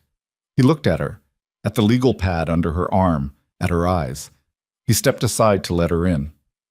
"I know how we do it," she said, walking past him into the apartment. "Not the way you planned. Better." He closed the door. "Tell me." She put the legal pad on the island and turned to face him. "You were going to show the financial records at the reception, on a screen, in front of 300 people." She paused. "That works. It humiliates him publicly, it destroys the wedding narrative, it hands the story to every journalist in the room. But it's reactive. It lets him, in the aftermath, frame it as an ambush, as a crime boss settling a score. It gives his lawyers room to call it malicious, to question the provenance of the documents, to muddy the water," Roman said. "Yes, you become the villain. The evidence gets tied up. He gets time." She looked at him. "I know how to close that window." He crossed his arms. "Listening. Carla Reyes," she said. "She's already working on a piece with both our names in it. That means she's primed. She's got sources, she's got traction, she is ready to publish." Vivian picked up the legal pad. "But her story is wrong. Right now, the story she has is DeLuca Associate connected to federal probe. I'm going to give her a different story." Roman went very still. "I'm going to call her this morning," Vivian said. "I'm going to sit down with her, and I'm going to give her the financial records with a full chain of custody explanation, and I'm going to give her the story of what Graham Whitaker has been doing for 4 years, and I'm going to do it on the record, with my name attached, before the wedding, so that when we walk into that reception tonight, the piece is already filed." She paused. "It doesn't run until she clears it with her editor, probably Sunday morning, but the story is locked. It cannot be killed. And everything that happens at the reception, everything people witness tonight, becomes corroboration for a piece that is already written." The apartment was very quiet. "You'd be the source," Roman said, "on the record." "Yes. That's exposure for you." "I know. If his lawyers go after provenance, I'm a PR professional with a clean record and no financial relationship with Graham Whitaker and no personal benefit from the fraud documentation except the truth," she said. "I'm the cleanest possible source. Better than you, better than anyone connected to the investigation." She held his gaze. "You need a face for this that isn't yours. You need someone who walks into that reception tonight not as Roman DeLuca settling a score, but as Vivian Ashcroft telling the truth about a man who stole from his clients." She paused. "I'm that person." Roman looked at her for a long time. The chess game was still unfinished on the side table. The city beyond the windows was building toward the day. "You understand what happens after," he said, "to you professionally. Even with a clean record, you'll be the woman who burned her ex-fiancé the week of his wedding. They'll write a different story about you than the one you're giving Reyes." "Some of them will," she agreed. "Some of them will write exactly the story I give them. That a woman found out a man was defrauding his clients and told the truth about it." She put the legal pad down. "I've been managing other people's narratives for 10 years. I know how to manage mine. He was quiet for another moment. Then he said, "You're sure?" "I stopped being unsure at about 2 this morning," she said. "Yes, I'm sure." He looked at her with that full, unhurried attention, and she saw it again, the thing beneath the surface, no longer brief and quickly covered, something that had moved into the open. "Make the call," he said. "Nkant." Carla Reyes was 31, sharp-boned, with the particular energy of a journalist who had been working a story for weeks and could smell it approaching its resolution. She arrived at the coffee shop on Hudson Street at 9:45 with a recorder and a notebook and the professional wariness of someone who understood that a source calling to offer a better story than the one you had was sometimes a gift and sometimes a trap. She looked at Vivian across the small table, looked at the manila folder. "You're Ashcroft," she said. "Yes," Vivian said. "You called me." "Yes." "Your name is in a piece I'm currently writing." "I know," Vivian said. "That's why I called you. The piece you're writing is wrong." She put her hand on the folder. "The story isn't about Roman DeLuca's associates. The story is about Graham Whitaker." She opened the folder and turned it to face Reyes. 4 years, $11 million, 37 client accounts at Calder Merit Capital. Reyes looked at the first document, then she looked up at Vivian. Her wariness had not disappeared, but something behind it had shifted, the investigative instinct reorienting toward a larger target. "Where did this come from?" "Me," Vivian said. "On the record. These are wire transfer documents from offshore accounts. You have provenance?" "I have a full chain of custody that I'll walk you through this morning." Vivian kept her voice level, professional, the voice she used when she was handling someone who needed to trust her. "I also have email documentation of Graham Whitaker coordinating the transfers with a colleague. I have account statements. I have enough for your lawyers to sign off on publication." Reyes looked at the documents. Then she looked at Vivian with the direct, assessing look of someone doing rapid calculations. "You're his ex-fiancé." "Yes." "He's getting married tonight." "Yes." "You understand how this looks?" "I understand exactly how it looks," Vivian said. "That's why I'm sitting here with you instead of calling an anonymous tip line. I want my name on it. I want to be accountable for every word." She paused. "A woman with a personal grievance calls in an anonymous tip. That's a story that can be killed. A woman with documentation who goes on record. That's a different story." Reyes was quiet for a moment. She was looking at the email chain. Her pen was in her hand, but she wasn't writing yet. "The DeLuca angle," she said. "The piece I had—" "Roman DeLuca is not relevant to the story you should be writing," Vivian said. "Graham Whitaker stole $11 million from his clients. That's the story. The rest is noise that someone fed you to bury the signal." She held Reyes's gaze. "You know that's true." A pause. "Yeah," Reyes said. "I do." She reached over and turned the recorder on. "Start from the beginning." She was back at the sublet by 1. She showered. She did her makeup with the careful precision of someone who understood that how you presented yourself was information, that every choice about appearance communicated something, and she had very specific things she wanted to communicate tonight. She put the emerald dress on. She stood in front of the mirror. The woman looking back at her was not the woman who had stood in this same spot 3 weeks ago in the borrowed apartment, holding herself together by force of will, managing the visible presentation of a private collapse.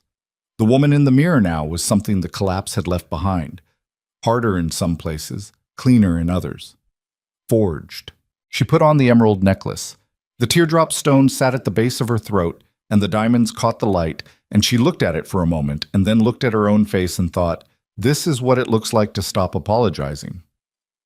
Roman's car arrived at 5:30. They didn't speak much on the drive out to Long Island.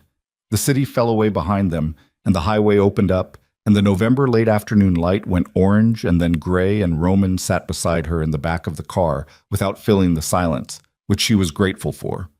There was nothing left to say that hadn't been said. There was only what came next. She watched the landscape change through the window. She thought about Carla Reyes, who had spent 3 hours going through the documentation with her this morning and had called her editor from the coffee shop bathroom and come back to the table with the particular bright, focused energy of a journalist who knew she had something real. The piece was written. It was in editorial hands. It would publish Sunday morning. Whatever happened at the Whitmore estate tonight would not change that. Roman's hand moved on the seat, not toward her, just a slight repositioning. But she was aware of it, the proximity, the fact of him beside her. She thought about what he'd told her last night, about 8 months and the right moment and the right circumstance. She thought about what he'd said, "It's not what it is now." And she thought about whether she believed him, and she thought about the fact that she did believe him and what that meant about her own judgment, which was either much better than she'd thought or was about to cost her significantly. She decided she could afford to find out. The Whitmore estate appeared through the car window as a glow first, the kind of illumination that required serious infrastructure. The whole property lit from below and above. The approach road lined with something that approximated starlight on a budget that most people would find staggering. Iron gates stood open. A valet line was already backed up with cars. Through the windows of the main house, chandeliers blazed. 300 people inside. Graham, Celeste, her parents, the Whitaker family. Colleagues, clients, the specific cross-section of New York's power structure that gathered when money married ambition in a venue worth photographing. The car stopped. "Ready?" Roman said. She looked at the lit-up entrance to the Whitmore estate. She thought about the woman who had walked into the Carver bar 11 days ago with mascara under her eyes and 3 weeks of careful, dignified devastation in her chest, looking for something to numb it with. "I've been ready," she said, "since the kitchen table." They got out. The moment the ballroom doors opened, she felt it. Not heard it, felt it. The way you felt a drop in temperature. The way you felt a room change before you understood why. The specific atmospheric shift of 300 people in formal dress registering something that required recalibration. She didn't look for reactions. She kept her chin level, her pace even, her hand resting in the crook of Roman's arm with the composed ease of a woman who had decided some time ago that she was done making herself small. The emerald dress moved with her. The necklace caught the light from the chandeliers. She looked straight ahead, and she let the room come to its own conclusions. She heard Celeste before she saw her. Her sister's laugh, that particular champagne laugh that Vivian had heard her entire life at family gatherings and holiday tables, stopped mid-note, cut off like a cord snapped. She saw Graham from across the room. He was standing with a cluster of men she recognized as Calder Merritt colleagues, champagne in hand, in a tuxedo that had been fitted to make the most of him. He was laughing at something when the doors opened. The laugh died. The color in his face went through several stages: confusion, recognition, a rapid and visible recalculation, and then settled into something that was not quite pale and not quite sick, but was very specifically the look of a man watching a consequence arrive that he had believed he'd successfully prevented. His eyes moved from Vivian to Roman. Roman looked back at him. The quality of that exchange lasted approximately 4 seconds. In those 4 seconds, something happened that had nothing to do with the ballroom or the chandeliers or the 300 people who were currently doing their Manhattan-trained best to pretend they weren't watching. Something that was entirely between those two men, a communication conducted in the language of men who understood each other's capabilities completely and were now establishing, with perfect clarity, what the terms of the evening were. Graham looked away first. A man materialized at Roman's elbow. Late 50s, silver-haired, with the particular bearing of someone who occupied boardrooms and knew what Roman DeLuca's presence at an event meant for the quality of the evening. He leaned in, said something quietly. Roman listened, responded with 3 words. The man moved away. "Problem?" Vivian said quietly. "Nothing material," Roman said. She took a glass of champagne from a passing tray. She didn't drink it immediately. She carried it, and she moved through the room beside Roman, and she let herself be seen, which was the entire point, which was the thing Graham had spent 11 days trying to prevent. And she felt, with each step through the murmuring crowd, each pair of eyes that tracked them, and then looked away, and then looked back, the specific satisfaction of a narrative being rewritten in real time. Her mother found her at the 20-minute mark. Patricia Ashcroft appeared from the direction of the bar with a flute of white wine, and the compressed vertical posture of a woman conducting significant internal management. She looked at Vivian. She looked at Roman. She looked at the dress and the necklace and whatever was visible in her elder daughter's face that had not been visible the last time they'd seen each other. "Vivian," she said, controlled. "Mom." Equally controlled. Patricia's eyes went to Roman. A pause. Mr. DeLuca. Mrs. Ashcroft, Roman said. Perfectly civil. Patricia looked at Vivian, and in her eyes, beneath the management, beneath the 60 years of curated presentation, was something Vivian had not seen there in a very long time. Something that looked almost like reassessment. You look, she paused. You look well. I am well, Vivian said. Her mother held her gaze for a moment. Then she said very quietly something that was not an apology and was not nothing. I should have called you after. A pause. I handled it wrong. Vivian looked at her mother. She thought about the phone call and your situation and the 60 years of management applied to the wrong things. She thought about what it cost her mother to say this much, here, in this room. Yes, she said. You did. A pause. We can talk about it later. Her mother nodded once, looked at Roman one more time, moved back into the crowd. The toasts were scheduled for 9. It was 8:43 when Graham found her. He'd been building toward it since she'd walked in. She could feel it the way you could feel weather, the pressure system of him tracking her movement through the room, getting close, and then pulling back. The specific pacing of someone working up to something they knew was a bad idea and couldn't stop themselves from doing anyway. He caught her in a corridor off the main ballroom. Service hallway access, dim, the sounds of the reception muffled behind a closed door. She had stepped out to call Reyes. A brief check. The piece was an editorial, all good. And she was coming back when he stepped in front of her. He looked worse up close than he had from across the room. The tuxedo was still perfect, but his face wasn't. There was something disheveled in his eyes, a quality of a man who had been holding something together by force and was running out of force. We need to talk, he said. We really don't, she said. Vivian. He reached out and took her arm. Not hard, but he took it, his hand on her arm. She looked at his hand, then she looked at his face. She kept her voice very quiet. Take your hand off me. He let go. Immediately. But he didn't step back. I know what you're doing, he said. I know about Reyes. Someone told me you met with her this morning. Good, she said. The word seemed to hit him unexpectedly. He blinked. Good? I wasn't hiding it, she said. I gave her everything, on the record, with my name attached. She watched his face go through its calculations. It's done, Graham. The piece is written. You have no idea what you've done. His voice cracked at the edges. Do you understand what this, my clients, my firm, this destroys everything? You destroyed it, she said. 4 years ago, when you decided their money was yours. I just made sure the record was accurate. This is about us, he said. This is you punishing me. This is about 37 people whose accounts you stole from, she said. It was never about us. You're not the point anymore. Something broke in his face. The performance. The 4 years of carefully constructed Graham Whitaker, rising executive, power couple, the event of the season, cracked through the center.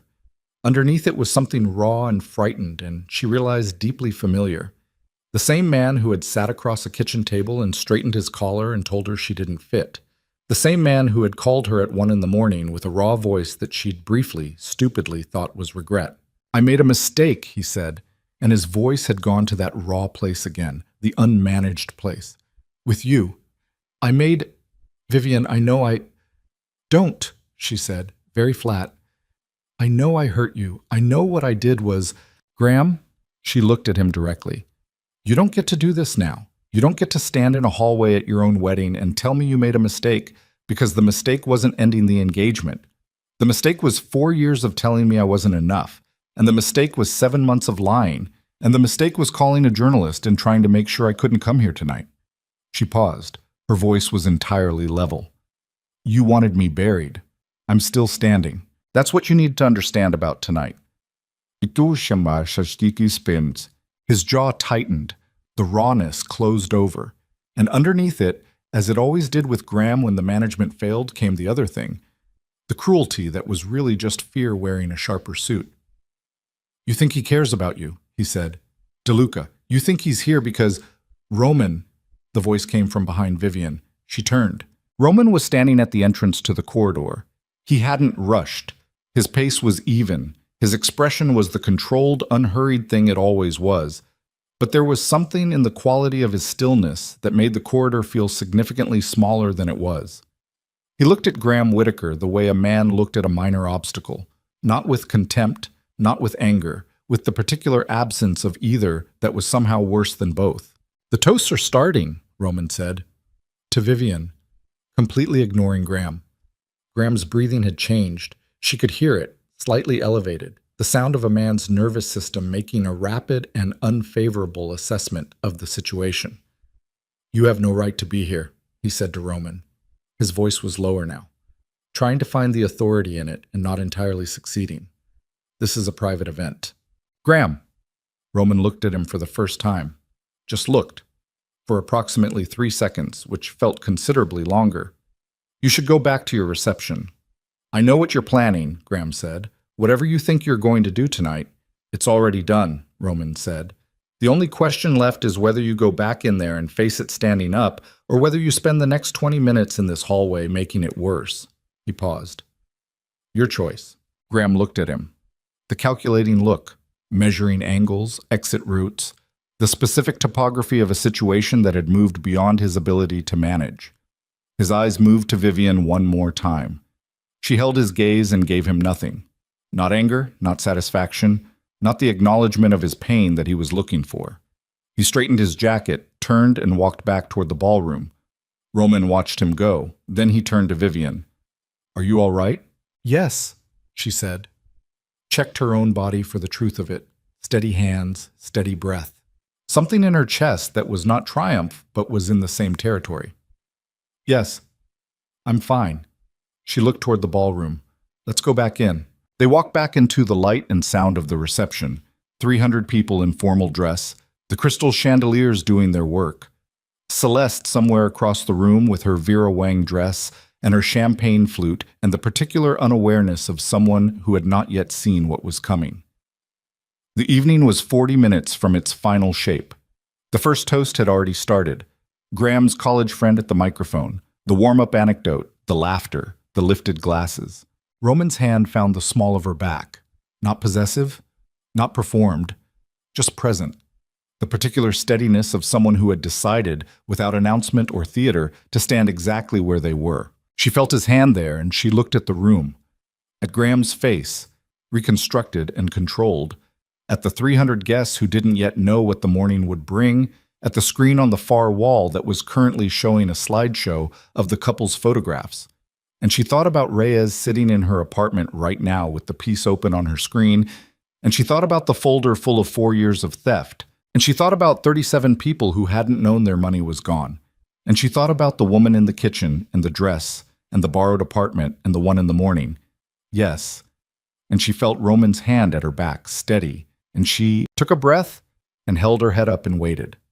Roman moved first, not toward the microphone, not yet. He excused himself from her side with a slight pressure at her back that she understood as "stay here," and crossed the room with the unhurried pace that was his signature, stopping at a point near the wall where a man she didn't recognize was standing with a laptop bag over his shoulder. They exchanged something, a look, a nod, the abbreviated communication of people who had done this before. The man with the laptop bag moved toward the AV station at the far side of the ballroom where the slideshow equipment was running. She watched this happen and understood it, and felt the moment shift beneath her feet like a tide changing direction. The college friend finished his toast. Laughter, applause, the sound of 300 glasses meeting lips. Graham smiled from the head table with the practiced warmth of a man who had been performing warmth for so long that he'd forgotten what the real thing felt like. Celeste laughed and touched his arm. A wedding planner in a headset approached the microphone to introduce the next segment. Roman was at the AV station now. She couldn't hear what he said to the technician there, but she saw the technician look at the man with the laptop bag, then back at Roman, then make the specific, careful expression of someone who had just been made a very clear offer and was doing fast mathematics about which side of the offer they wanted to be on. The technician stepped aside. The wedding planner said something about a special presentation from the groom. Graham looked up from the head table with an expression she recognized. Confusion, moving rapidly toward alarm, the look of a man whose choreography was being altered without his knowledge. He rose halfway from his chair, looked across the room, found Roman at the AV station. His face went through its final calculation. The slideshow cut out. The screen went dark, and then it filled, floor to ceiling in the Whitmore Estates ballroom, with numbers. She had imagined this moment in the abstract. She had thought about it in the corridor with Graham, and in the car on the way out, and in the 2 in the morning light of the sublet apartment. She had thought about what it would look like. She had not entirely accounted for how quiet it would get. 300 people in formal dress, and the sound went out of the room like air out of a punctured thing. Not silence exactly, the absence of the social machinery that had been running all evening, the small sounds of music and conversation, and the percussion of champagne glasses suddenly suspended, replaced by the specific quality of attention that a room produced when it understood that something unrehearsed was happening. The screen showed the first wire transfer document, clean, clear, legible, from across the ballroom. Account numbers, dates, amounts. A voice from the room. "What is—" Graham was on his feet. "Turn that off." His voice came out wrong. Too high, too fast, the professional calibration completely gone. "Turn that off right now." Roman's voice from the AV station. "Sit down, Graham." Not loud. He didn't need loud. In the silence that had overtaken the room, his voice carried without effort, with the particular quality of a sound that fills available space, because the space has organized itself around it. Graham didn't sit down. His chest was working visibly, the tuxedo jacket moving with his breathing. His eyes moved around the room, to the screen, to Roman, to Vivienne, across the sea of formal wear. And in those eyes was the look she had seen in the corridor, magnified, the management fully gone, just the frightened calculating thing underneath wearing the tuxedo. "This is fraud," Roman said. Still from the AV station, but his voice was the room's now, 300 people listening. 4 years, $11 million, from accounts belonging to 37 of this man's clients. A pause. Some of you in this room tonight are those clients. The stillness broke, not loudly, in fragments, the way ice broke. A murmur from one direction and then another, someone at the back standing up, a woman near the head table making a sharp, involuntary sound as she looked at the screen and then at her husband beside her with the unmistakable expression of recognition. She watched it move through the room like weather. She watched Celeste. Her sister was still seated at the head table. She had not stood. She was looking at the screen with an expression Vivienne had never seen on her face before. Completely still, the champagne flute still in her hand, the Vera Wang dress immaculate, all of it exactly as it had been 60 seconds ago before the slideshow cut out. But her face had gone to something stripped, something without the performance layer, something that was just a 29-year-old woman sitting at a table, understanding that the floor had given way. Vivienne looked at her sister and felt something she had not expected. Not satisfaction, not vindication. Grief. Old, clean grief for the relationship they had never actually had and now never would. And she had not known, until this moment, that she was still capable of grieving it. Graham moved. He came off the head table platform fast, not running, but the controlled quick movement of a man trying to reach a destination before someone stopped him. He was heading for Roman. He didn't reach him. 2 men Vivienne had not seen all evening appeared from positions near the walls, unhurried, positioned, they had been there all along, and stepped into Graham's path, not touching him, just present. A doorway that was now a wall. Graham stopped, looked at the men, looked at Roman. His breathing was audible in the silence. "I will have you charged," Graham said. His voice had gone down to something compressed and airless. "Every person in this room is a witness. You are trespassing, you are defaming, you are—" "I'm showing documentation," Roman said. "I didn't steal the money." A sound from the crowd. Not laughter. Something more uncomfortable and more honest than laughter. "This is a civil matter," Graham said, and his voice cracked on the last word. The crack of a man holding something together with his teeth while his hands had given out. "This is not— You have no right to—" "Graham." Roman's voice was patient, final. "You called a journalist to bury the woman you spent 4 years diminishing. You leaked her name to create exposure for her that she didn't deserve. And you did it from a position of a man who has been stealing from his clients since the year you proposed to her. He paused. One beat, clean. You should have been more careful about who you tried to bury. Celeste made a sound. Not words. A sound, short and involuntary. The sound of someone who has been hit in a place they didn't know was exposed. She set the champagne flute down on the table very carefully, as though the carefulness of that one action could contain what was happening around it. The doors at the back of the ballroom opened. 3 men in dark coats entered. One of them held up identification. Federal agents, 2 women and a man. The woman in front already scanning the room with the efficient assessment of someone who knew exactly where she was going. The room's collective attention swung from the screen to the door. The murmur became something louder. Someone near Vivian said, "Oh my God," in a tone that had nothing performative in it. Graham looked at the federal agents, looked at the screen, looked at Roman, and in his face, in that final moment before the calculus fully resolved, she saw it. Not the frightened calculating thing, not the performed warmth, not the man who had sat across kitchen tables and straightened his collar while deciding her value. Just a person. Ordinary in the way catastrophe made everyone ordinary, stripped of the architecture they'd constructed around themselves, standing in formal wear in a ballroom on Long Island, watching the world they'd built come apart in front of 300 witnesses. She felt nothing she had expected to feel. She felt tired, and clean, and done. The next 40 minutes were controlled chaos. The federal agent spoke to the event coordinator first, then moved toward Graham with the unhurried efficiency of people who had done this before, and found nothing remarkable about doing it in a ballroom. Graham spoke to them briefly. She could see him across the room, his attorney already on the phone, the performance mechanism still operating on some residual fuel, still trying to find the managed version of this.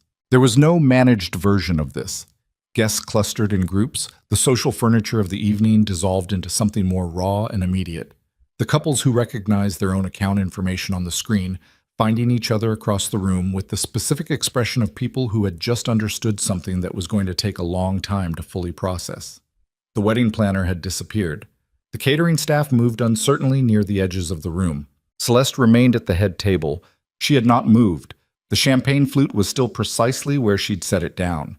She was sitting very straight in the Vera Wang dress, with her hands folded on the table, and she was looking at the middle distance with an expression Vivian recognized because she had worn it herself. The expression of someone doing the internal accounting of everything they'd chosen and calculating the full cost for the first time. Vivian crossed the room. She pulled out the chair beside her sister and sat down. Celeste didn't look at her immediately. When she did, her eyes were dry. She hadn't cried, which Vivian understood because she hadn't cried either. Not tonight, not in the corridor with Graham, not through any of it. The Ashcroft women had their methods. "I didn't know," Celeste said. Her voice was flat.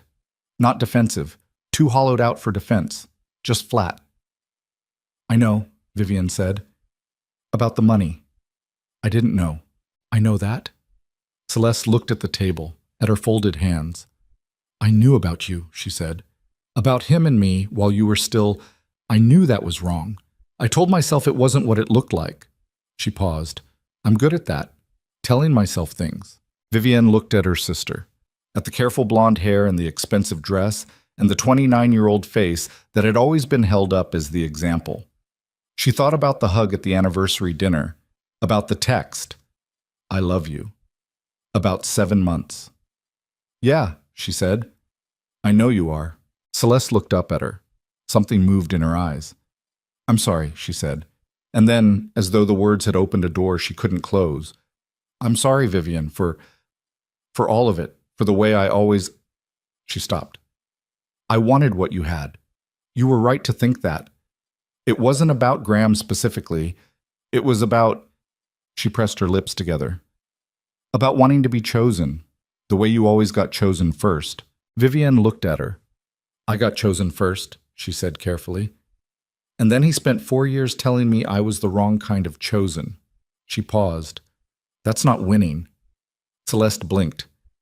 "I know it looked like I had things," Vivian said. "I know what it looked like from where you were standing, but you were looking at the outside of it." She looked at her sister directly. You were looking at the outside of a lot of things, a silence between them. Around them, the room continued its muffled disintegration, but here at the head table, there was a pocket of something else. Not reconciliation, it was too early and too honest for that, but the thing that had to come before reconciliation could be possible, the acknowledgement of the actual shape of what had happened. "What do I do now?" Celeste said, not asking Vivian specifically, just saying it into the space. "I don't know," Vivian said. "Figure it out." She paused. "You're going to have to figure it out yourself." She stood up. She looked at her sister one more time, at the careful blonde hair and the wreckage of the evening in her eyes, and the 29 years of complicated history between them. Then she turned and walked back across the ballroom. The federal agents finished their preliminary conversation with Graham at the edge of the room. His attorney was still on the phone, speaking rapidly, with the clipped energy of someone making calls that needed to have been made considerably earlier. Graham was standing with his hands at his sides, not cuffed.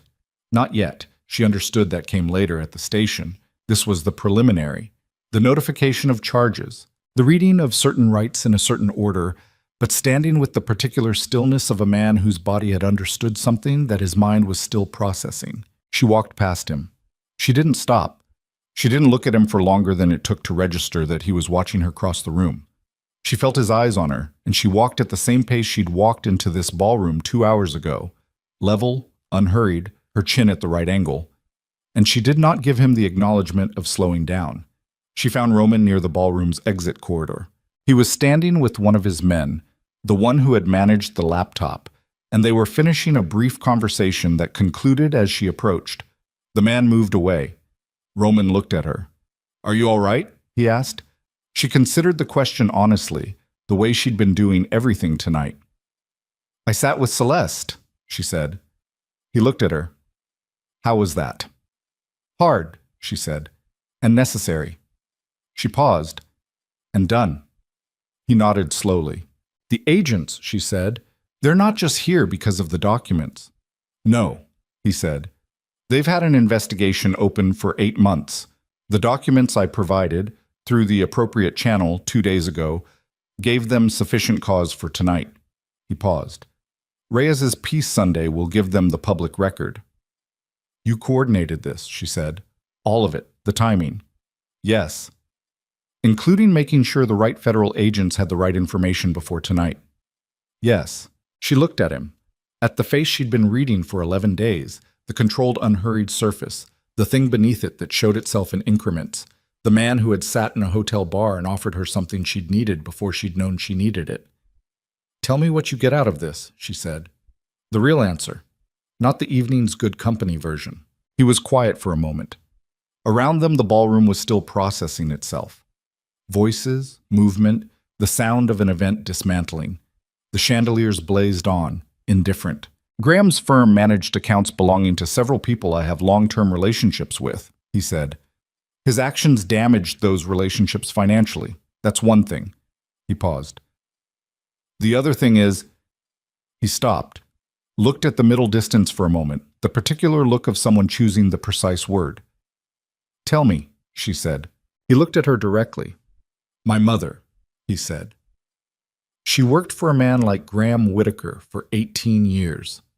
In a different city, a different decade. He told her she didn't fit. He said it with her pension." A pause. She believed him. For a very long time. He held her gaze.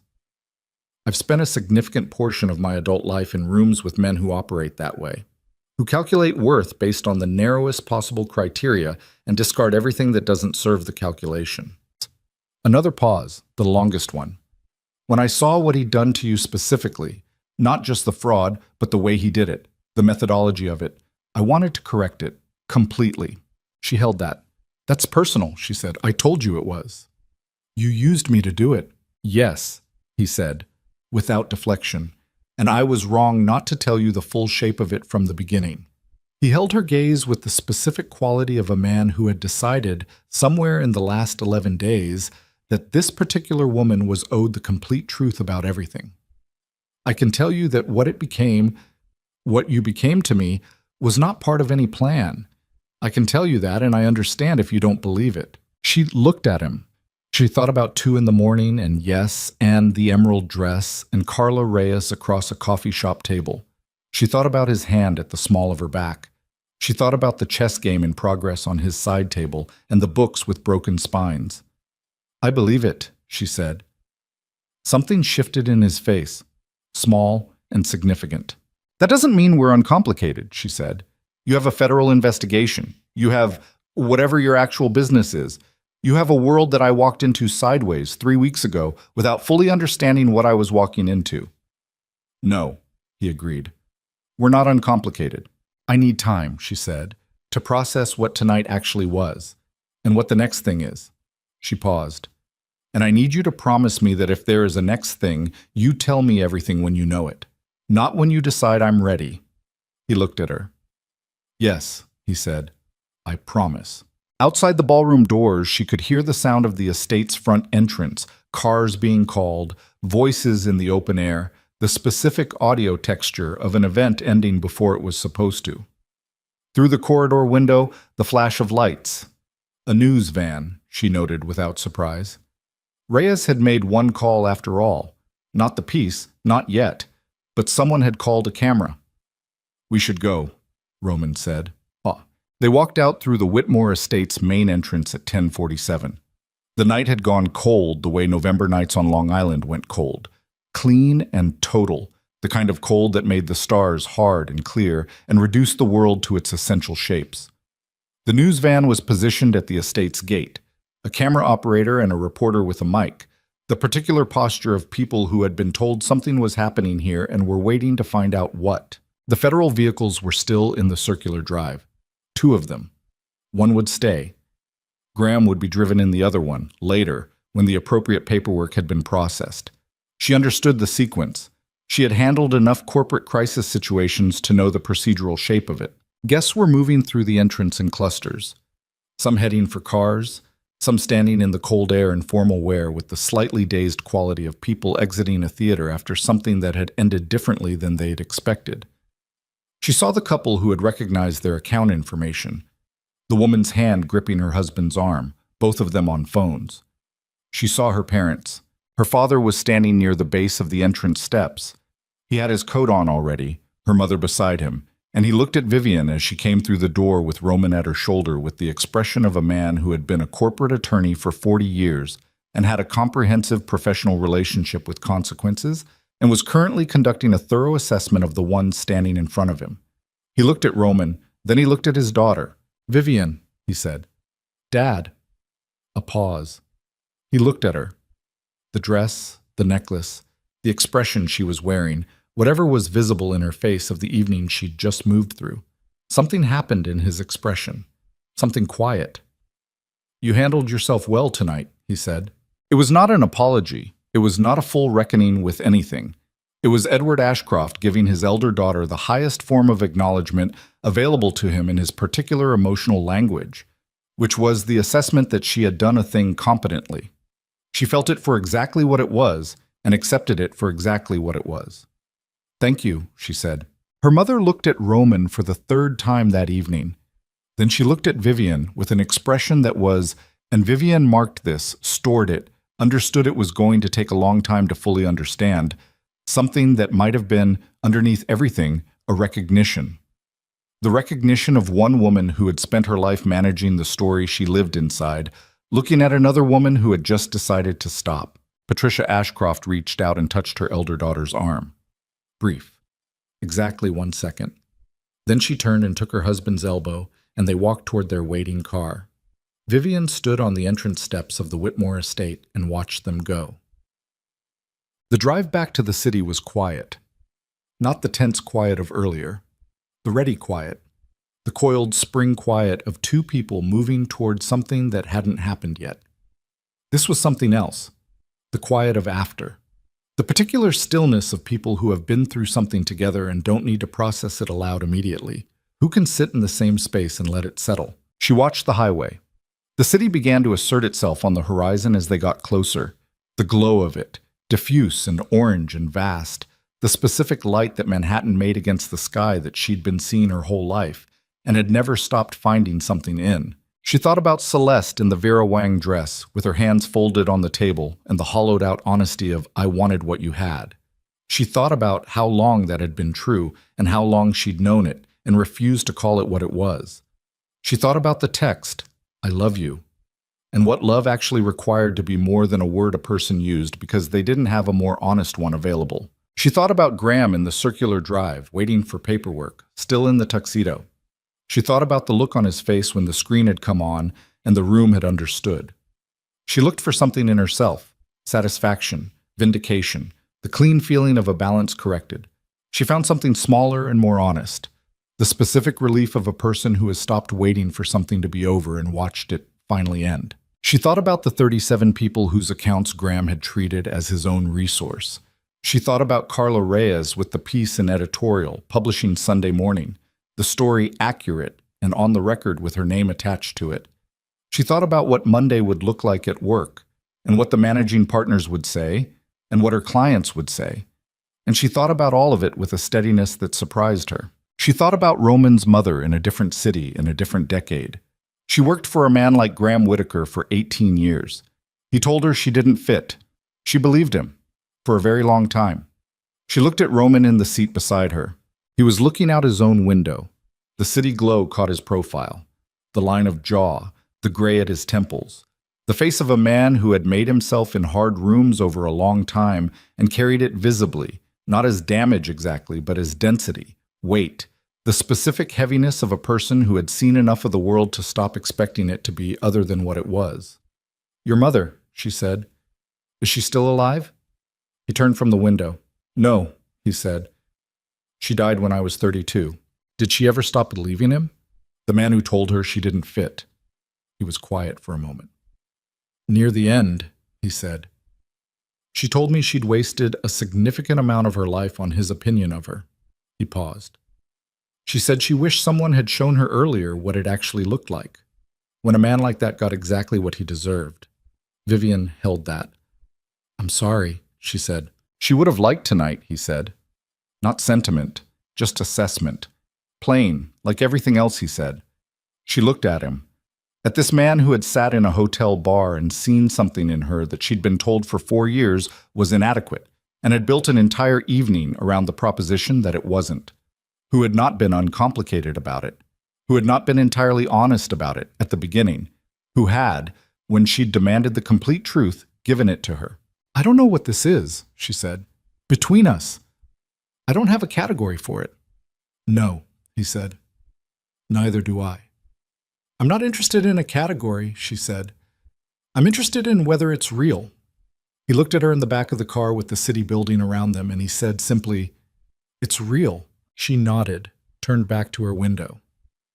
Outside, the Manhattan skyline was fully present now. The bridges, the grid of light, the particular vertical architecture of the city reasserting itself, all of it exactly as she'd left it, which was the city's fundamental nature. It didn't stop for anything. It just continued, indifferent and magnificent, and you found your place inside it or you didn't. She had been finding her place inside it for 34 years.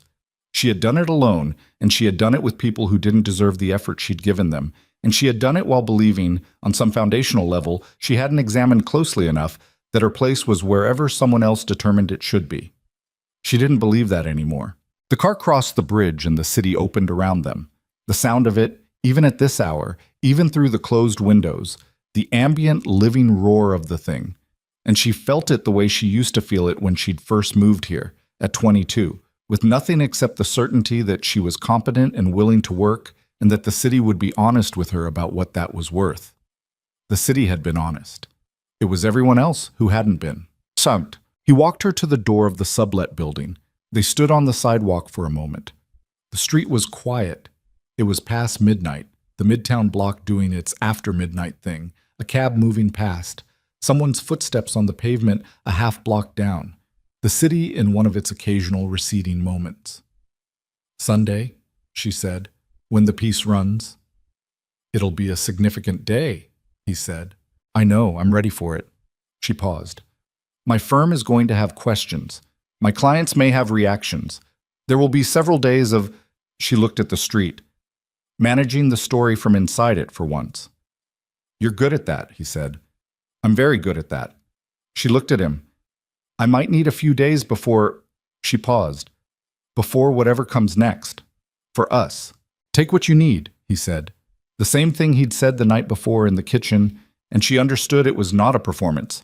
It was simply how he operated, the patience of someone who had learned that forcing the pace of things was a form of control, and that he was no longer interested in exercising that particular control on people who mattered to him. She looked at him for a long moment on the sidewalk outside her borrowed building, with the city doing its night business around them. She looked at the face she'd been reading for 11 days and thought about what she knew of it, the genuine parts, the incomplete parts, the parts she was still going to have to understand over a longer period of time than 11 days. She thought about the chess game in progress on his side table, both sides mid-game, both sides exposed. She thought, I can work with that. She reached up and put her hand against the side of his face. Brief, deliberate. The specific gesture of a person making a considered choice rather than a reactive one. She had spent enough of her life making reactive choices, absorbing other people's urgencies as her own, and she was finished with that particular pattern. He went very still under her hand. I'll call you, she said, when I'm ready. He looked at her. In his eyes, not quite hidden, not entirely revealed, the thing she'd been seeing in increments since the bar, since the chess game, since its reel in the back of a car, was the particular expression of a man who had spent a long time being the most composed person in any given room and had just been made, briefly and without drama, entirely human by a woman's hand against his face. I'll be here, he said. She dropped her hand. She took a step back. She looked at him one more time. The dark suit, the city light, the gray at his temples, the whole complicated weight of him. And she turned and went through the building's door. She was inside the sublet apartment before she took off the necklace. She set it on the kitchen counter, stood there for a moment with the quiet of the apartment around her and the distant sound of the city outside and the late November darkness at the windows.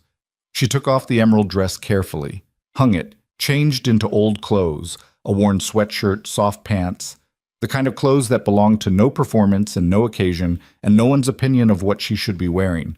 She made tea. She stood at the kitchen counter in the dark and drank it, watching the city through the window the way she had weeks ago, the night everything had collapsed, when she'd stood in this same spot and watched the same window and felt the specific airlessness of a life that had been quietly contracting around her for years without her fully naming it. She named it now. 4 years of a relationship that had asked her, in small and consistent ways, to be less. A family dynamic that had measured her against a standard she hadn't chosen. A habit of absorbing other people's assessments of her value as though they were objective facts rather than projections. Other people's fears, other people's limitations, other people's narrow ideas about what a woman who looked like her and took up the space she took up was entitled to want and occupy and become. She had held all of it, carefully, competently, for a very long time. She set down the tea. She went to her laptop. She opened it, not to email, not to work, but to a blank document, and she sat there for a moment looking at it. She typed, Note to self. The career survives Sunday. The clients who matter will stay. The ones who don't matter won't. This is already known. Move forward. She looked at it, added, The dress is yours. You earned it. Keep it. She looked at that. Then, after a moment, added one more line. You were never the problem. Say it until it's the first thing you know, not the last thing you have to remind yourself of. She saved the document, closed the laptop. She went to bed. She slept, for the first time in a very long time, without the weight of someone else's verdict about her worth pressing against her chest in the dark. Outside the windows, Manhattan continued its essential business. The streets and the light and the perpetual motion of the thing. The city that had no interest in anyone's collapse or recovery and would therefore always be exactly honest about what you were made of. She had always loved that about it, the way it asked you to be exactly as substantial as you actually were, no more and no less, and gave you the whole of itself in return. She was, she thought, as the city moved through its hours outside her window, exactly as substantial as she'd always been. It had taken her 34 years and a crime boss in a hotel bar to stop arguing with that. She could live with the math.